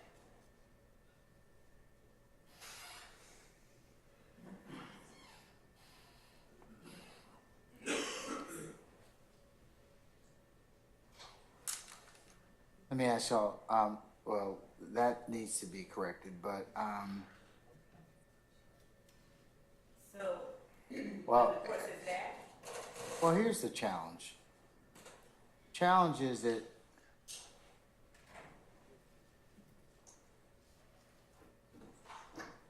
you need to, or it seems like you need to have a transcription of the tape so you can kind of figure out, well, what was said, so that you can get the exact time marks, so, an agreement. We agree with that. And you don't have that, and that hasn't been sent out. We have it now. There were issues. We ordered it months ago. We were frozen out. So, Can we take up some other witnesses or hear some other testimony while that is being done? well, it's already been done. What do you mean, the transcript? We're sending it Yes, to the court. because the transcript, I mean, because it seems like to me, I'm not gonna be able to kind of rule upon this until you all have the exact time, or what is said, so you all can kind of say, okay, listen, we wanna chop out from here to here, we agree, here to here, we don't, here, and I can kind of then look at it from that perspective. Your Honor, if I may request something of the court, since we have had an opportunity to check it for corrections, but since we have a transcript that we can provide to the court and to counsel for the defendants, will the court require the parties to identify the portions, the segments, with the appropriate times that they come up, the specific lines in this 161-page transcript that they are asking to be taken out? Since they have already time-hacked it, they should be easily able to find the portions in the transcript, even if the words are not always exactly correct, and at least give the state, some hours, so at least by 10 o'clock tonight, provide to us what specific portions they're wanting. My suggestion is you take that transcript and then the two of you, both sides sit in here and you figure out exactly what you want to line out and what needs to be, what I need to rule upon. Because it sounds like you probably have some things that will probably be not in disagreement. There'll be a limited universe of stuff I gotta kind of consider, but this is not fruitful. This is not a fruitful exercise. It's just not. So, Your Honor, what we can do, we'll do exactly as the court directs. Well, that's my suggestion. I mean, because And we're asking that the court allow us to report a little bit earlier than the court had originally planned, so that if we don't hash it out right now, we can have the court make that decision before the jury even ever gets in the building. And, Your Honor, what I can do is, for the sake of moving things along, I can play portions beyond anything that we can agree on. I can play portions of it with the understanding that after the court makes a decision, we are either going to be allowed to go back and play that portion, or we'll just keep moving on without it. But this is something that can be dealt with between now and the time that our first witness is to report tomorrow. This is one interview that will not stop the show. We can do what we need to do, and we can stay and we can go over this and we can report as early as the court asks us to. And we can send a report of our ability to work through it to the court this evening. So the court is on notice as to what we were able to agree on and not. And we may even come up with a solution that's acceptable for everybody. I don't know, but we're willing to stay until it's done. Mr. Sharp, I saw you just rise. Your Honor, two things. We have already identified those portions, but the other larger issue that I don't think you've identified them with they don't match. I mean, because theoretically, what you have and what Mr. Steele has and what the state has should all be in the same. Like the first one I heard, I didn't hear all the words. The second one I heard all the words. But the larger issue, Your Honor, and I'm just speaking from my experience, generally when we've been dealing with prior inconsistent statements, in my experience, it hasn't been someone said something that the state feels is inconsistent, so they just put in a tape. It's focused. If Walter Murphy said the sky was blue, and then on the stand he said it was red, but he said it was blue to Investigator Gaither. Investigator Gaither, when you spoke to Walter Murphy on January 1st, 2023, didn't he say the sky was blue? And then that's how they get in the prior inconsistent statement. I don't really understand why we're playing just these lengthy tapes to impeach people, because it's not focused on the inconsistent statements. And that's why we're getting in Jacoby Hudson giving, friend talk between Jacoby Hudson and Investigator Dennis and all these other extraneous things, because we're not focusing on the discrepancies. And to me, that's what prior inconsistency. Okay, that's one thing, but the state says that the effect on listeners. So what's your take on that? That is irrelevant. That is not proper to be playing tapes of Jacoby Hudson, who's a witness in this case, Well, he's speaking. not a witness. He's not. Yeah, he's not a witness. That's what I'm saying. He's not a witness, and so I don't know why we would be playing tapes of him talking to anyone. For context, Your Honor, and we also. Well, I understand that the state wants to, but We confronted Mr. Murphy with a lot of, with his statement. I agree, but his lawyer's statements, Mr. Hudson's statements aren't relevant. They're not. Your Honor, having heard, because this is how this has gone so far. What the questions have been to these uncooperative witnesses have been, did they tell you that you could get out of jail? Did they tell you this? So somehow or another, it's okay that they make an issue out of what the prosecution said, and then we're not allowed to meet that with what he was told by his attorney in the presence of others. So it's not protected or privileged. It is absolutely relevant, Your Honor. It's not, relevance is obvious. I get that, but it's very defined and targeted. Him talking, Mr. Hudson talking about, these sex crimes or shooting or whoever. That's not relevant. That's not relevant. What we've been saying, and the court said it exactly right.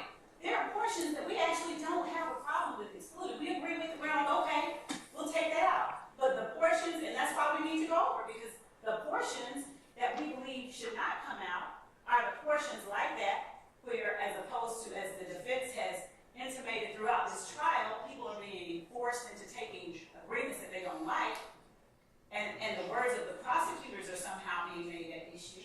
When a person is being encouraged to be honest, and they have every motivation to, Mr. Murphy got up here in front of this jury and he just, decided he was going to imply that he lied all the way throughout all of his interviews.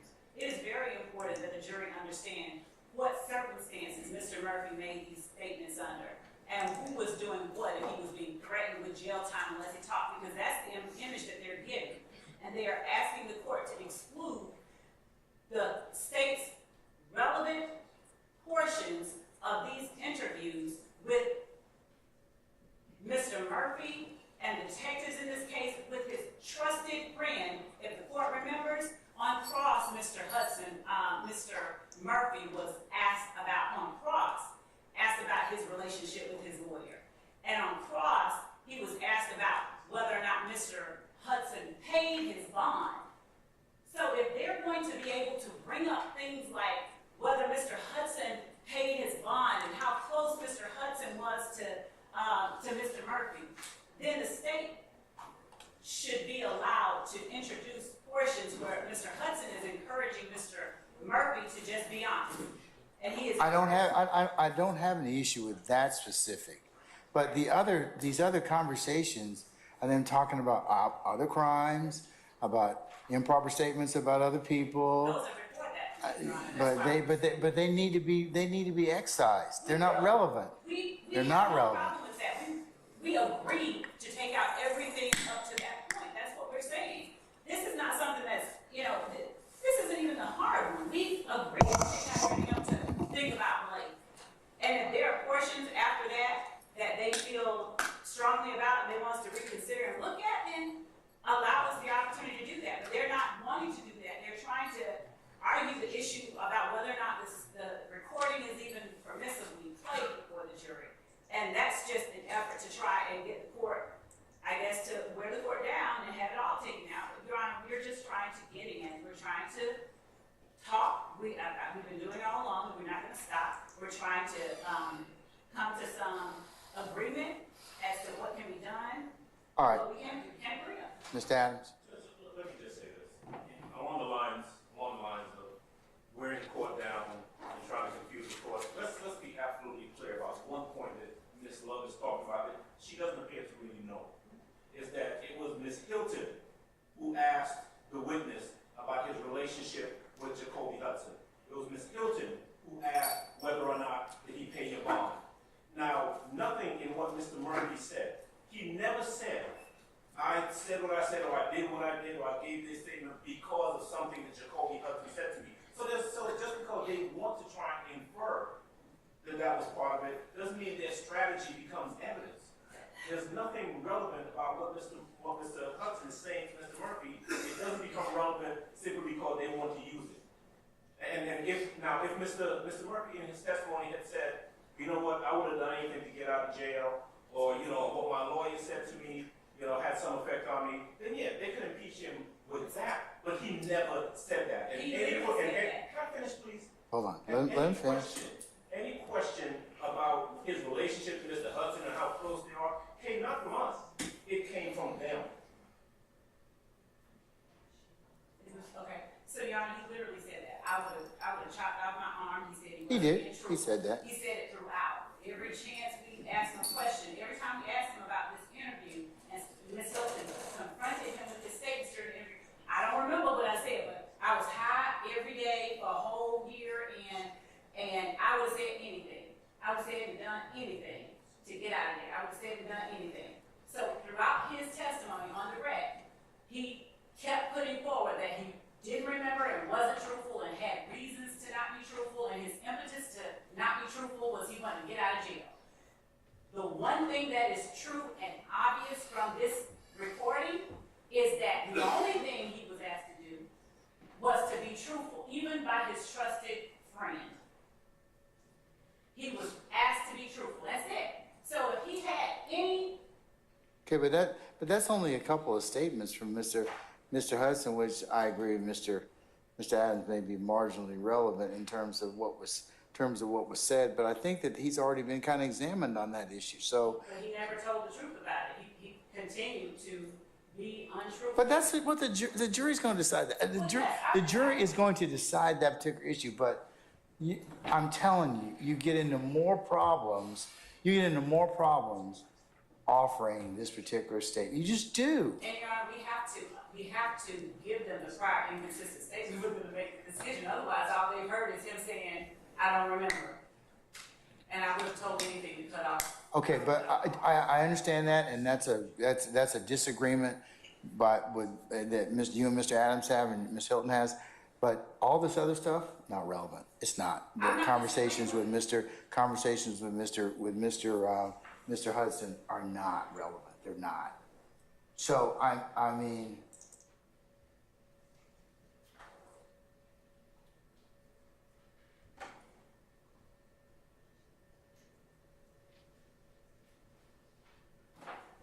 And this transcript's 100, I mean, The portions that they're asking to be taken out, I believe, in on page,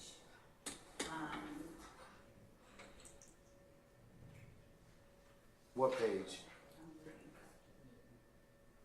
I believe it ends on page 30, I think.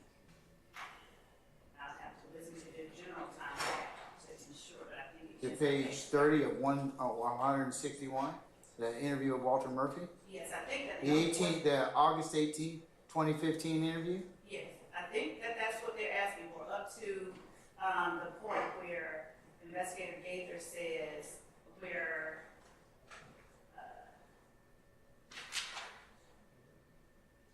so I think the last part where conversation is taking place is Mr. Hudson saying, I got referred to him because his mom and his grandma went to the church praying folks, and I've been mentoring kids there for about 2 years trying to get them right. But I can't keep them away from you all. And then Investigator Gaither tells Mr. Murphy, you're gonna have to make some changes. And then Mr. Murphy says to Investigator Gaither, and this is the part where. Well, what page are you talking about? Page 30, John. 30 of 161? Yes, John. I can show it to you. It would be line 4. That is the part where we would want to start. We would have no objection to cutting out page 1 through 29, and then up to line 3 of page 30.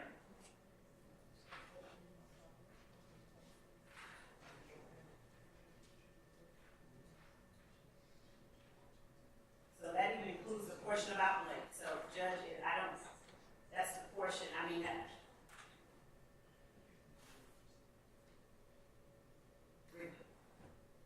notwithstanding that we feel that that portion is important, that the jury should be allowed to hear it because it's relevant. Yeah, I mean, If it will especially, help us- I'm looking at page 30 of 161 councils, which I'll include as the next court exhibit in order of the August 18th, 2015 interview.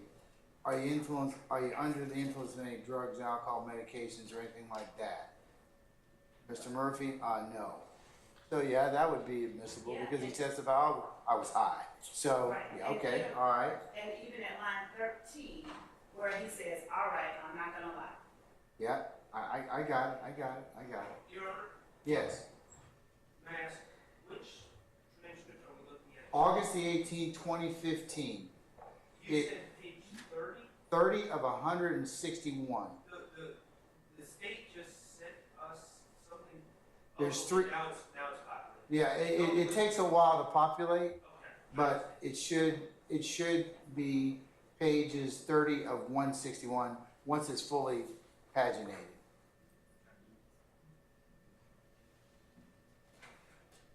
So what they're willing to do is the state is willing to take out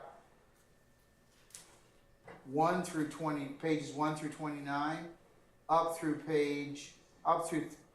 line 3 of page 30, and start at line 4.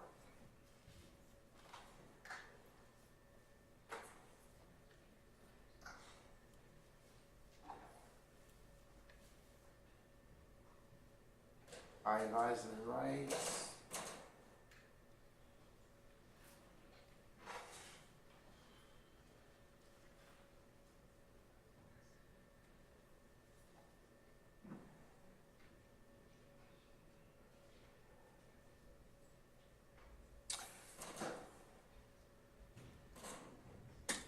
Councils, my suggestion would be you go through the transcripts. flag the exact language that you are, that you can agree upon, and, or actually flag the, I'm sorry, flag the statements that you are in opposition, that you can't reach agreement.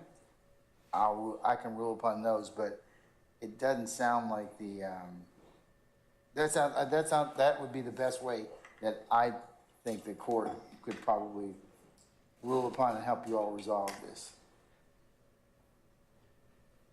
If I can just seek clarification, this transcript that was sent to us, is this post-redactions of the motion that I filed?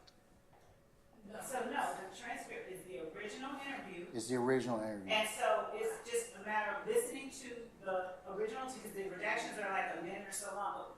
We will make sure that there is nothing in here that has been ordered to be taken out. We're using this as a tool. We're not giving it to anybody. So the portions that we have already been ordered to take out will be removed, but we need to use something to further this process along. So at this point, the portions the court has ordered us to take out are out.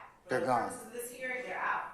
And now we are at the point where they have asked that a time frame be omitted, and we are agreeing to omit the whole first 29 pages up to line 3 on page 30. That, along with whatever the court has previously ordered that we have out, will be out.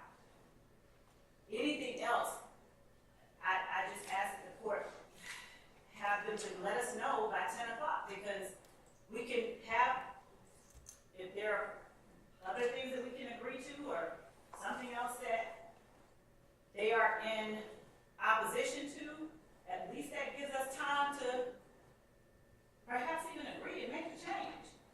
But when people are aware that we're doing that, redacting things, it would really help if we could just have all of the precise areas before the multiple redactions are being done. So,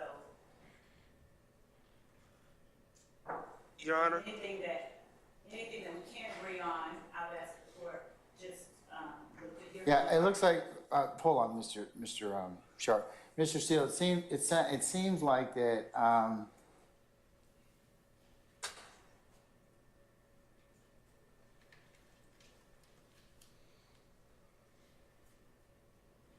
and Mr. Sharp, it seems like you all probably need to kind of refocus what you believe should be in or out.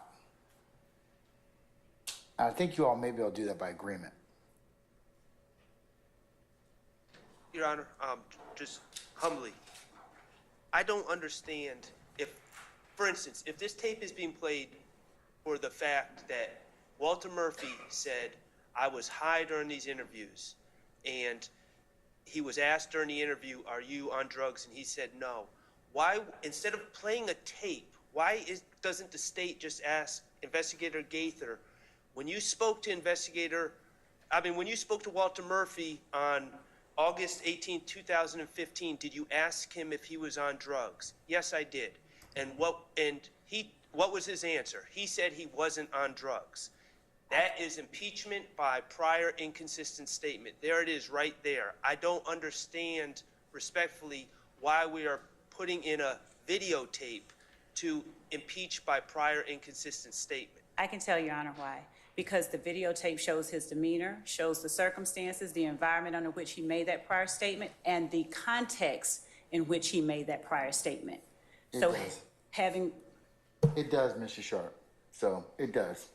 Well, It does, but I would concur that some of this stuff here is not, that's in this tape, is in, the interview on the 18th is not relevant. It's just not. And we don't have a problem taking it out. But when he sat there on that stand and said he doesn't remember anything he said, Yeah, but and that's even one, after he... That's one thing. That's one thing. We're in agreement. We're okay with whatever. We know. We're, like I said, those first 30 pages, and if there are other areas that they're just, So if I understand. adamant about, I don't have a problem looking at that and trying to come to some understanding with counsel for the defense. That is what the court has ordered that we do. I thought we were at the point that that's what we were gonna do, but if we're not, and further argument is needed, I'll let counsel make their arguments. But Your Honor, I'm asking to have, if there are areas that they want redacted, now that they have a whole transcript, just tell us the lines so we can know if we agree or disagree. And at least we can tell them why we disagree.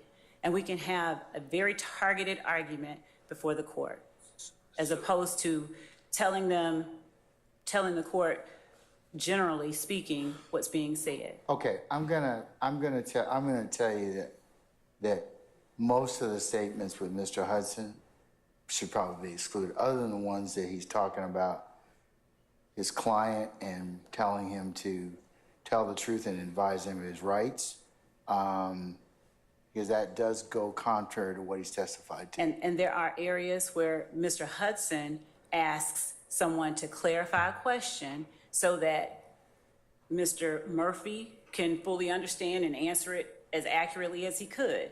When Mr. Hudson is lending assistance. I mean, that would go to show, because he said he was high. Right, So, right. yeah, so yes, that would, So- but the other relationship to other uncharged crimes or whatever else, and else is not really admissible. That's fine, we can do that. All right. I'm sorry, Mr. Short, I apologize. Your Honor, as the person who controls the courtroom and the way the evidence is presented, I'm just trying to understand, do we anticipate the state would be asking a question? Investigator Gaither, didn't Walter Murphy tell you this on that date? No. And then, Mr. Kokomo, would you play at 4 minutes, 30 seconds? Hold on, Miss Love. Would you play at 4 minutes and 30 seconds, and then the 10-second clip plays? No. And then we move on to another subject? No. Or are we, Miss Love, I'm asking the judge a question, okay? Yeah, he is.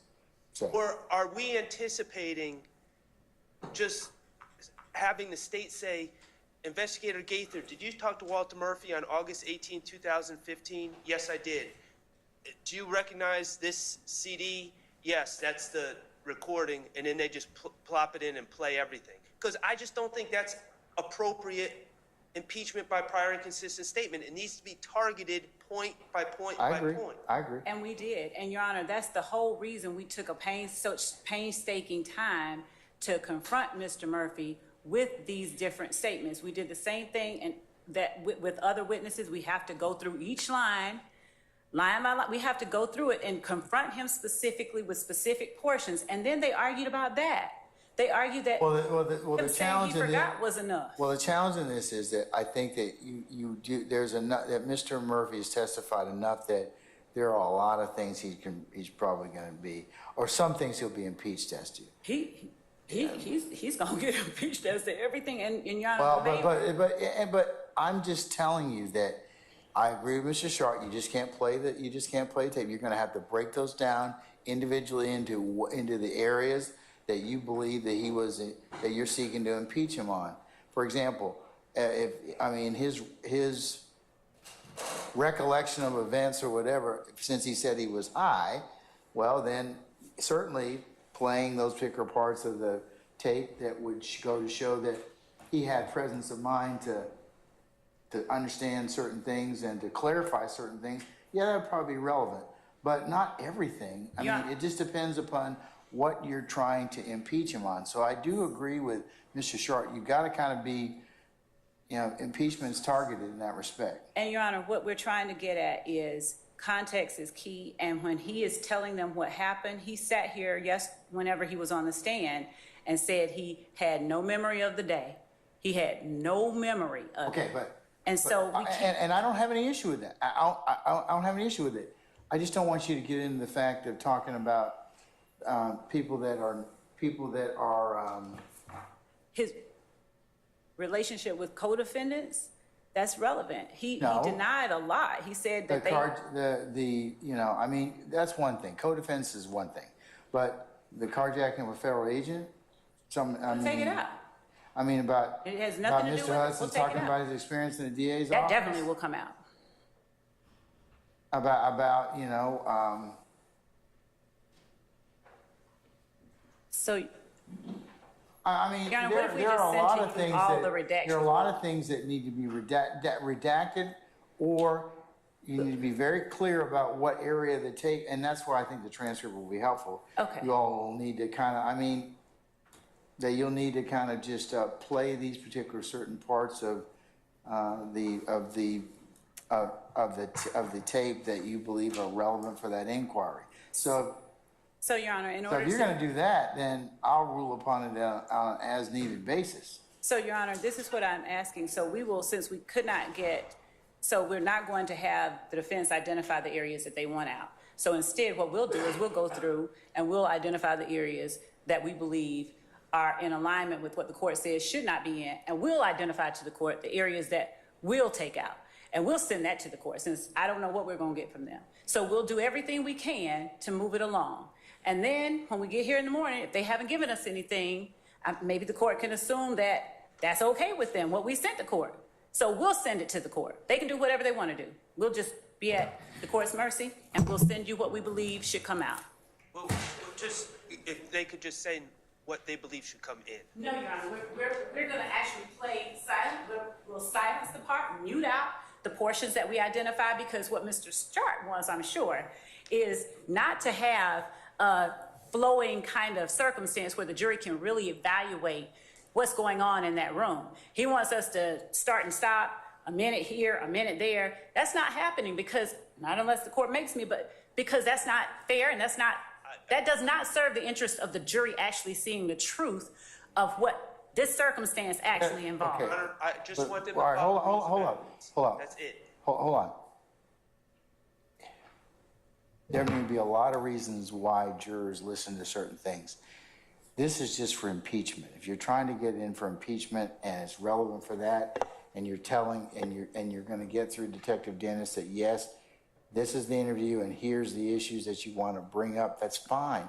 I mean, And of course, Your Honor knows that impeachment evidence is also substantive evidence, prior inconsistent statements. Yes, it So- can be, yes, ma'am. so- I mean, so that, you know, if that's the case, I'll take up those on an as-needed basis, but I agree with Ms. Sharp, you just can't play the entirety of the tape. I mean, Well, it's there's a lot of stuff in there that's not relevant for any reason. And we can mute all of that out, Your Honor, and we will identify, just for the ease of this, I think it's a glass half empty, half full kind of situation where he's calling it one thing, I'm calling it another, but we will identify the areas that we will not be playing, and we will mute out those areas and let the jury see the interaction, but Okay. mute out the sound in those areas. So, Mr. Steele, it looks like from your motion that you filed, the state's not going to get into unrelated crimes. So that they've agreed, and I will order that they not. Talk to me a little bit about this, about the Brady, exculpatory Brady, Mr. Copeland. So, according to the prosecution's theory that you allowed in co-indictee statements that are not testifying, Mr. Walter Murphy is allegedly a co-indictee. He hears from supposedly co-conspirators that Mr. Copeland, potentially an unindicted co-conspirator, is not a co-indictee, who supposedly will testify, killed Mr. Donovan Thomas. The state redacted that. What I got this morning, the redaction, that's not in there. I don't know why that wouldn't be in there. Your Honor, because on number one. Did you finish? Go ahead and We're finish. only going for impeachment, which is what I say. In paragraph 3, I said none of this should come in unless it is a proper impeachment. And I agree that it has to be targeted. Mr. Murphy said that he was on drugs at the time. He was asked, are you under the influence of any drug or alcohol? No. No. So, yeah. I have no problem with Yeah. that. But Hold on, let me finish. the state's redaction includes all this other information, then I didn't know how the court would rule. But then all of a sudden, this exculpatory information, because the gentleman's not charged, state's witness, and allegedly he's the killer, that's already out. So I don't think it comes in. What I'm saying is, I just want it to be the way you just said. The state should give us What do you contest is a prior inconsistent statement. Once they do that, we can then say, Your Honor, I don't believe that is true. You can then make the call, go to your, go to the transfer, however you're going to do it, and say that is a prior inconsistent statement. The state is right, you're wrong. And that's how we do it. That's the only way I've ever learned it. I also don't see why we're playing it. I agree with Mr. Sharp, but if we are playing it, you play that targeted issue, not the entirety to get the balance. So that was my issue. If the whole thing was coming in, I'm like, well, why is that redacted? How did that happen? That's the only reason I put it. Okay. I don't believe it ever came up, and I don't believe it should come in. But if other things are coming in that were other crimes, I said, why isn't this coming? That's all the only reason I put it in. Yeah, Ms. Hilton will respond. Madam. Your Honor, as it relates specifically to what Mr. Steele just said, the reason why we're asking for the portions of the statement to come in that we're asking for once all the redactions are completed is that is what he was asked on the stand, and that's what he denied. So we confronted him with it. We went through the entire Dexter Montgomery scenario with him. He denied it. He came up with his own version that he did not remember. We intend to play that. Yeah, we talked about the Lil Wayne Bud shooting. That's by prior inconsistent statement, yes, but you're gonna have to. And that is you're gonna have to chop those out. You're gonna have to. I don't think anybody's saying anything that's not what the law provides. But you are gonna have to kind of break it out, and he's gonna have to. I mean, whoever witness you offer it through, however it's done, is gonna have to be. You're gonna have to kind of confront, or basically, it's not, you're not confronting this witness, but you're just kind of, you're oriented to time and place and what was said, and then you're asking a question. Well, what did he tell you during that particular period? We will, I believe we can handle it by asking were these questions propounded to him and did he respond, and then we can play it accordingly through the video without her having to go through the transcript. I think we can ask, were these questions asked to him? Did he respond? And that's fine. I don't have an issue with that, but I'm just saying, I think that some of the stuff that, like I said, that Mr. Hudson was talking about, we agree, that's out. It's not relevant. And the other crimes, stuff is out. All of that is out. However, I do want to address this Kenneth Copeland issue, because this issue that Mr. Steele is saying is exculpatory that the state took out. The state took out any mention about what was heard about the murder of Donovan Thomas by Mr. Murphy pursuant to what was filed by Mr. Shard on behalf of Mr. Stillwell. That is why it was excluded. Okay. D&E of his motion specifically talks about what Mr. Murphy heard at the jail about the shooting of Donovan Thomas. So I understand that Mr. Steele is calling exculpatory, but when we had this motion, he did not object to that portion being excluded. So, Mr. Steele, why don't you address that?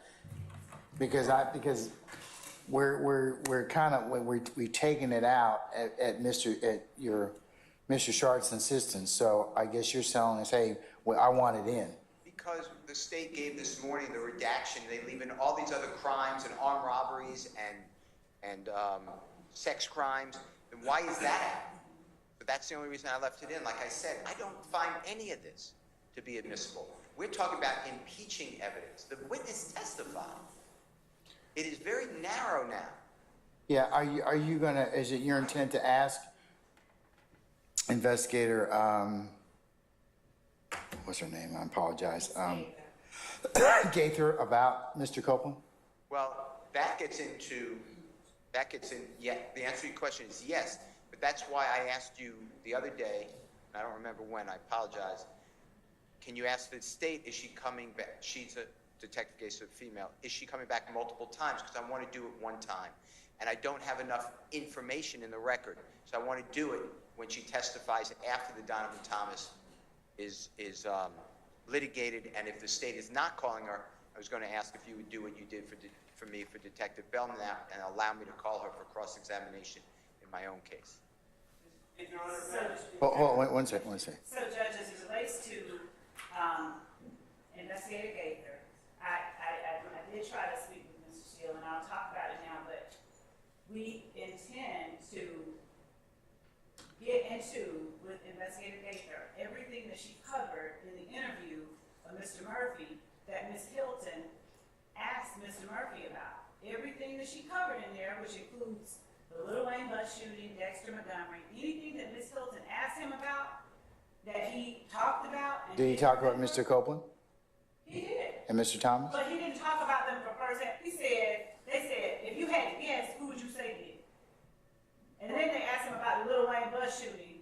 If you had to guess, who would you say fired the shot? That's, I don't want to interrupt you. And actually, Go ahead. we have the transcript, and so they asked him to speculate about certain things, and he does. And Mr. Sharp has asked that we take out certain speculation about his client, and asked us as well to take out speculation as it relates to who murdered Donovan Thomas.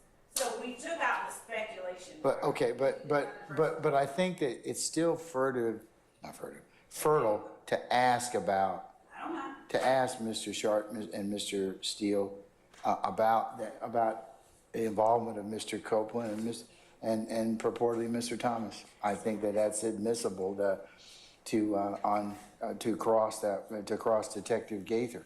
It's just a question of Mr. Steele. I think that what the state's telling you, if I'm reading them correctly, is or I've listened to them correctly, they're saying that they're going to bring out everything. So that would be appropriate for you to examine her if you choose to do so on Mr. Copeland. Okay. That's okay. Oh, I'm sorry. I want to be clear for the record. Because of the redaction, we never asked Mr. Copeland, we never asked Mr. Murphy about his speculation as to who he thought shot Donovan Thomas, because that would have brought a speculation objection. But there's a good faith basis to ask him the underlying issue. Which would be who killed Donovan Thomas? Yeah. But If he knows. If he knows. Oh, yeah, of course. Yeah. We would love to hear that answer if he knows. Yeah. If he knows. I mean, But what we took out was he was speculating about what he had heard. Because if you can recall, Mr. Murphy was in the hospital when Mr. Donovan Thomas died. So he had no knowledge of it. yeah, they asked him. I mean, but I mean that's the examination for either one of you. I mean, but I mean the form of the question in the video draws speculation. But it doesn't mean. But you have since it's in there, I would think a good faith basis to ask whether or not. Why did you ask whether or not Mr. Were you just fishing or do you know something? So I would just want to be clear. The state redacted it out of the video. If Mr. Steele wants it in, we can very well play it. What we need to know is which way does it go? It's out right now. The version that they have, it's redacted and it is out. Well, based upon the initial motion. But if he wants it in, here's the thing. we can play it. I think you got one advocate that says, I don't want it in. That's Mr. Sharp. You got another advocate that's saying, no, I want to ask him about it. And he's because they have different interests. So I think that. So the state just needs to know which one to do. I mean, no, I'm just saying that. I mean, I think that you've excluded thinking that that all defendants were of the same opinion. Mm-hmm. One advocate now said, no, I'm going to go ahead and ask about it. It's relevant. And you're going to have to probably let him go ahead and examine about that issue. So we would want to play it. That's my question. If he's going to ask, we have no problem playing that portion. And so that's what we want. But you could play it. You can play it in. I understand what you're saying. You can play it you can play it if that's what you wish to do. But here's the thing. I would say to you.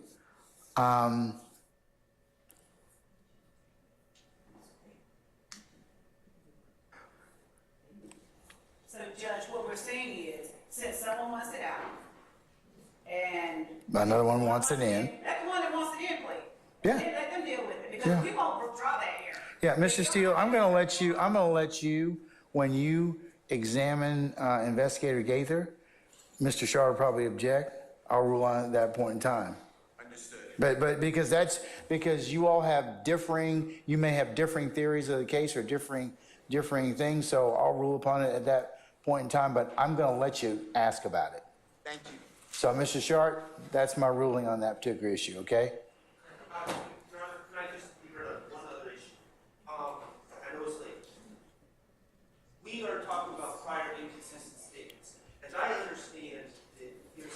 No, that's Brady. That's Not that particular issue, just generally Walter Murphy played for, as I understand it, he is supposed to be confronted with his prior he statement. being who? The witness, Walter Murphy, is supposed to be confronted with his prior statement. He did. He was Okay, but here's the thing. ad nauseum. Well, he really wasn't though, because no one played. We covered this before, Ms. Sharp, with another witness. They did ask him, I mean, in painstaking detail, as to these particular Your Honor, no. statements. Your Honor, I'm just going to point out that when someone actually played the statement that he made 8 years ago for him, he testified completely consistent with his statement. When I asked Mr. Kokomo to not say anything to him and said, could you just please play the statement that he made 9 years ago or 8 years ago, and he listened to it, and then he testified, he said everything consistent. Okay, but here's the challenge. He's testified he don't remember. He was high. Okay, and I He didn't remember. no. Well, he said he didn't remember. He did. So the state's going to be able to challenge him on that. I mean, you can impeach by omission as well, or by inconsistency. There are. Georgia law allows about maybe 6 or 7 methods of impeachment. Okay, so I'm just going to tell you, it's. I think that the state's got a good faith basis to impeach him on a number of things. So we'll just disagree on that. I think you brought this up through another witness as well. So I understand your point of view, and I'll certainly respect it, and I'll rule on it accordingly. Okay. Thank you, Your Honor. All right. So, Mr. Steele, is there anything else I've not covered in terms of your motion as of yet? To answer your question directly, no, as far as that statement, but there is a second statement. That 15 July, And I don't believe any of that should be played. and this is, you said should be excluded? I do. Because Mr. Murphy cooperated with the state on 2 occasions, August of 2015 and February of 2016, and it says, there's several series of statements, 1215 and 1240, and going through 123 to 56 to 125, and those statements are. Let's just do it this way.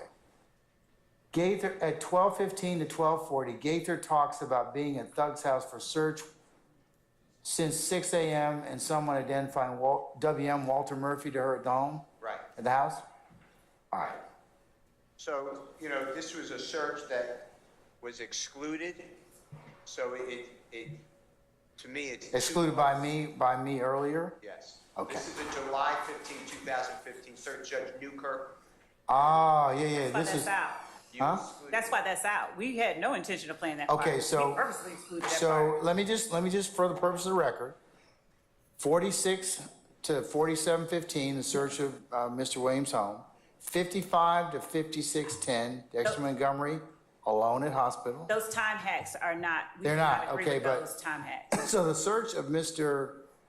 Williams' home, the discussion about being at Mr. Williams' home, and the search, those are all out? So no, Mr. Murphy was arrested at Mr. Williams' home.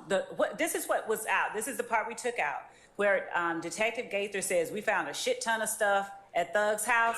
All that has come out because we cannot address the search. But the fact that Mr. Murphy was arrested at the house, the fact that I believe Mr. Arnold, I have to look at it again, was arrested at the house, those are not. Okay, let me just kind of just walk my way through that. 40, so let's start at around 55 to 5610. Dexter Montgomery alone in the hospital. What about that? Yes, Your Honor. Let me get that transcript. Hold on. I can give you flavor if you want. So, Go ahead. what she's Hold on, go ahead. Simply Detective Gaither saying to Mr. Murphy, how much time, what should happen to a person who did this to Mr. Montgomery? He's in the hospital alone. His mother, God forbid, has passed. It's just Detective Gaither saying that. I don't understand how that's a. How would that be I relevant? have it, and I wanted to pull up everything because see, when we do snippets, we get stuff gets lost. So the point of having that played, Your Honor, is that I need the charger. The point of having that played is Walter Murphy was confronted with statements that he made in that July 7th interview when Ms. Hilton, July 15th, I think, actually, interview, when Ms. Hilton asked him about it. Specifically, what he did, but without prompting, he started talking about lamenting over the fact that having been seen with those officers were going to get him killed. Now, we have that transcript too, so we'll give that too. She asked him about that a number of ways, and he consistently said, like, I don't know what you're talking about. I was worried about the bloods in jail. That is not what he said in that July. Is that his Mr. Montgomery being alone at the hospital, or is it what? No, what she was doing, and that's why I said you can't look at it the way that they presented it to the court, like these little sentences, because what she's doing is encouraging him to tell her what happened. She is telling him what. Where is this conversation being had? At the Atlanta Police Department. Okay, so this is Walter Murphy and Detective Gaither having a conversation? Yes, this is the day. And in fact, what happens is, this is the best part about that July interview. What happens is Detective Gaither sits down with Walter Murphy and this is where Detective Gaither's knowledge of the facts, Detective Gaither declares her belief that thus Walter Murphy, Detective Gaither gathers how she conducts her investigation. Detective Gaither declares how Walter Murphy is chasing an image and doing dumb stuff. Your Honor, that's the summation that you've been given by Mr. Steele. I think that this is the one where Detective Gaither says to Walter Murphy, I don't need you to tell me anything. I have it on video. I have you. You asked to talk to me. I'll talk, but if you don't want to talk, we don't have to talk. I can end now. So are you okay? Let's parse this out. So are you these statements that are made by by Walter Murphy to Detective Gaither? Are they impeachment in nature? Okay, all right. Yes. I'll take up those as I need to, but because they would be relevant if you can put them and package them in the right format. Yes, Your Honor. But anything involving the search of the house? Yes. Okay, what about Duke at Jeffrey's home during the home search? So Duke being at Jeffrey's home is not intricately tied to the search of that he put it that way, but that's not how it appears in the video. So Duke being arrested at his client's house, we intend absolutely to put it in, and it is not in that portion where she's talking about searching the house. That is just not true. She says they were at his house and they arrested Murphy and they arrested Duke. That part is relevant, and she's going to talk about it anyway. Okay, all right. So that's not really kind of germane. I think in terms of from my analysis at this point in time, Mr. Steele, if she's got a good faith basis to ask that, I think that would be relevant. I don't have an issue if it's framed properly, asking a witness if it's relevant. I'm saying, why is it on a recording? Because I don't think that would it wouldn't necessarily need to be presented to her on a recording unless it's for refreshing recollection, if she doesn't remember, but we'll see how that goes. Okay. But I do agree, anything involving the search of Mr. Williams' house is gone. Don't ask her about it. Don't play anything about it. And then I'll just leave the other things, Mr. Steele. I'll wait for them to be properly framed in terms of them to be, if necessary, for impeachment. And Your Honor, what we will do, our preferred method of, presenting this to the jury is ask, did you ask him about this? Did he give you an answer? And we'll ask a series of those questions. And after we finish getting those series, we're not going to chop it up chop it up, chop it up. We'll ask a series of questions, and then we'll play the portions of the video that relate to the questions that she did say she asked him and he answered. So I hope that Mr. Steele is not intimating that somehow or another the state is required to start and stop and start and stop and start and stop. What we will do is we will blank out every portion that isn't something that he was impeached on. And we will ask Detective Gaither, did you ask him this? Did you ask him this? What did he tell you? Not the what did he tell you, because then they'll say I can't play it through the tape. If she says it through her mouth, I need them to see it come out his mouth. Because if Detective Gaither says it, I've seen it already. They will say, this is cumulative. She's already testified what he said. They don't need to put it in through the tape. I need the jury to see Walter Murphy sitting up there saying something inconsistent. And the way he said it, his demeanor, how he said it, all of that. Okay. All right. Well, and of course, the state's going to adhere to how Your Honor says they have to do it, but I think that's a fair thing to say, but yes, it is my stance that it needs to be chopped It up probably needs into to be played. individual It statements. needs to be played. If you're gonna say, did you talk to him about this? All right, what did he tell you? No. They will. No. If you ask him, did you ask him about this? You could. Yeah, and No, you're gonna have to frame the question, I Ms. am, Love, in that's terms of. What did Walter Murphy tell you about X? She will, if she answers that, they have a legitimate objection that there's now no need to play the tape. They have already done it. I've seen the objection. It's already been made. When a witness is asked the answer to a question and we want to play it on the tape, they object. It's cumulative. It's bolstering. We've already introduced it. So, Your Honor, we won't solicit. All right. Well, then you could ask, just a question of, about him like, for example,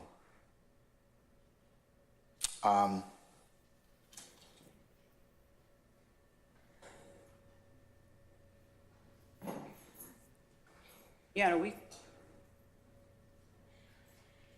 we follow the rules. We do follow the rules. And there is nothing in the... We follow the rules. And have... let me think about it. Why don't you do that? Yeah, you can have a break and I'll make a decision, okay?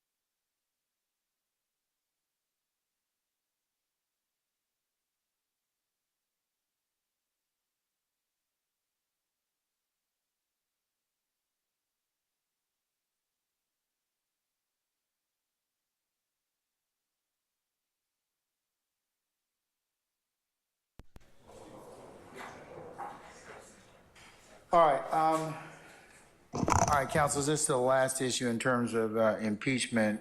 Impeachment under 24-6-607 does authorize questioning or should say calling another witness or introducing other extrinsic contradicting evidence.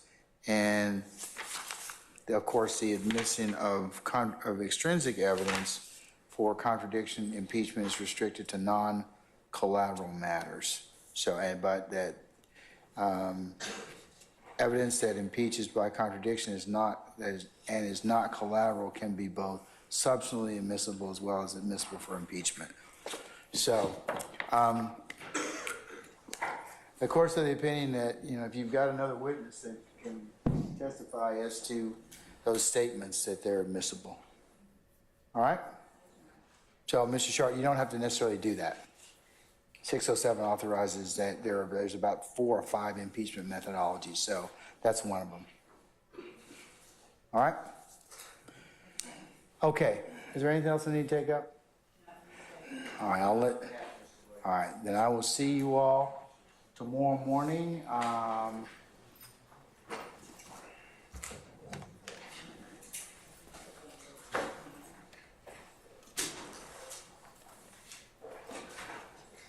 For 8:45, and as I mentioned earlier, we'll stay here we'll be here till sometime around a little early afternoon, as we have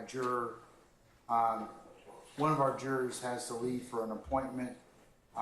That's at 3 o'clock, so we'll commence somewhere around 2 or a little before then. All right, so I'll see you all in the morning, okay? Thank you, sir. Okay, all right. We're in recess. May I approach on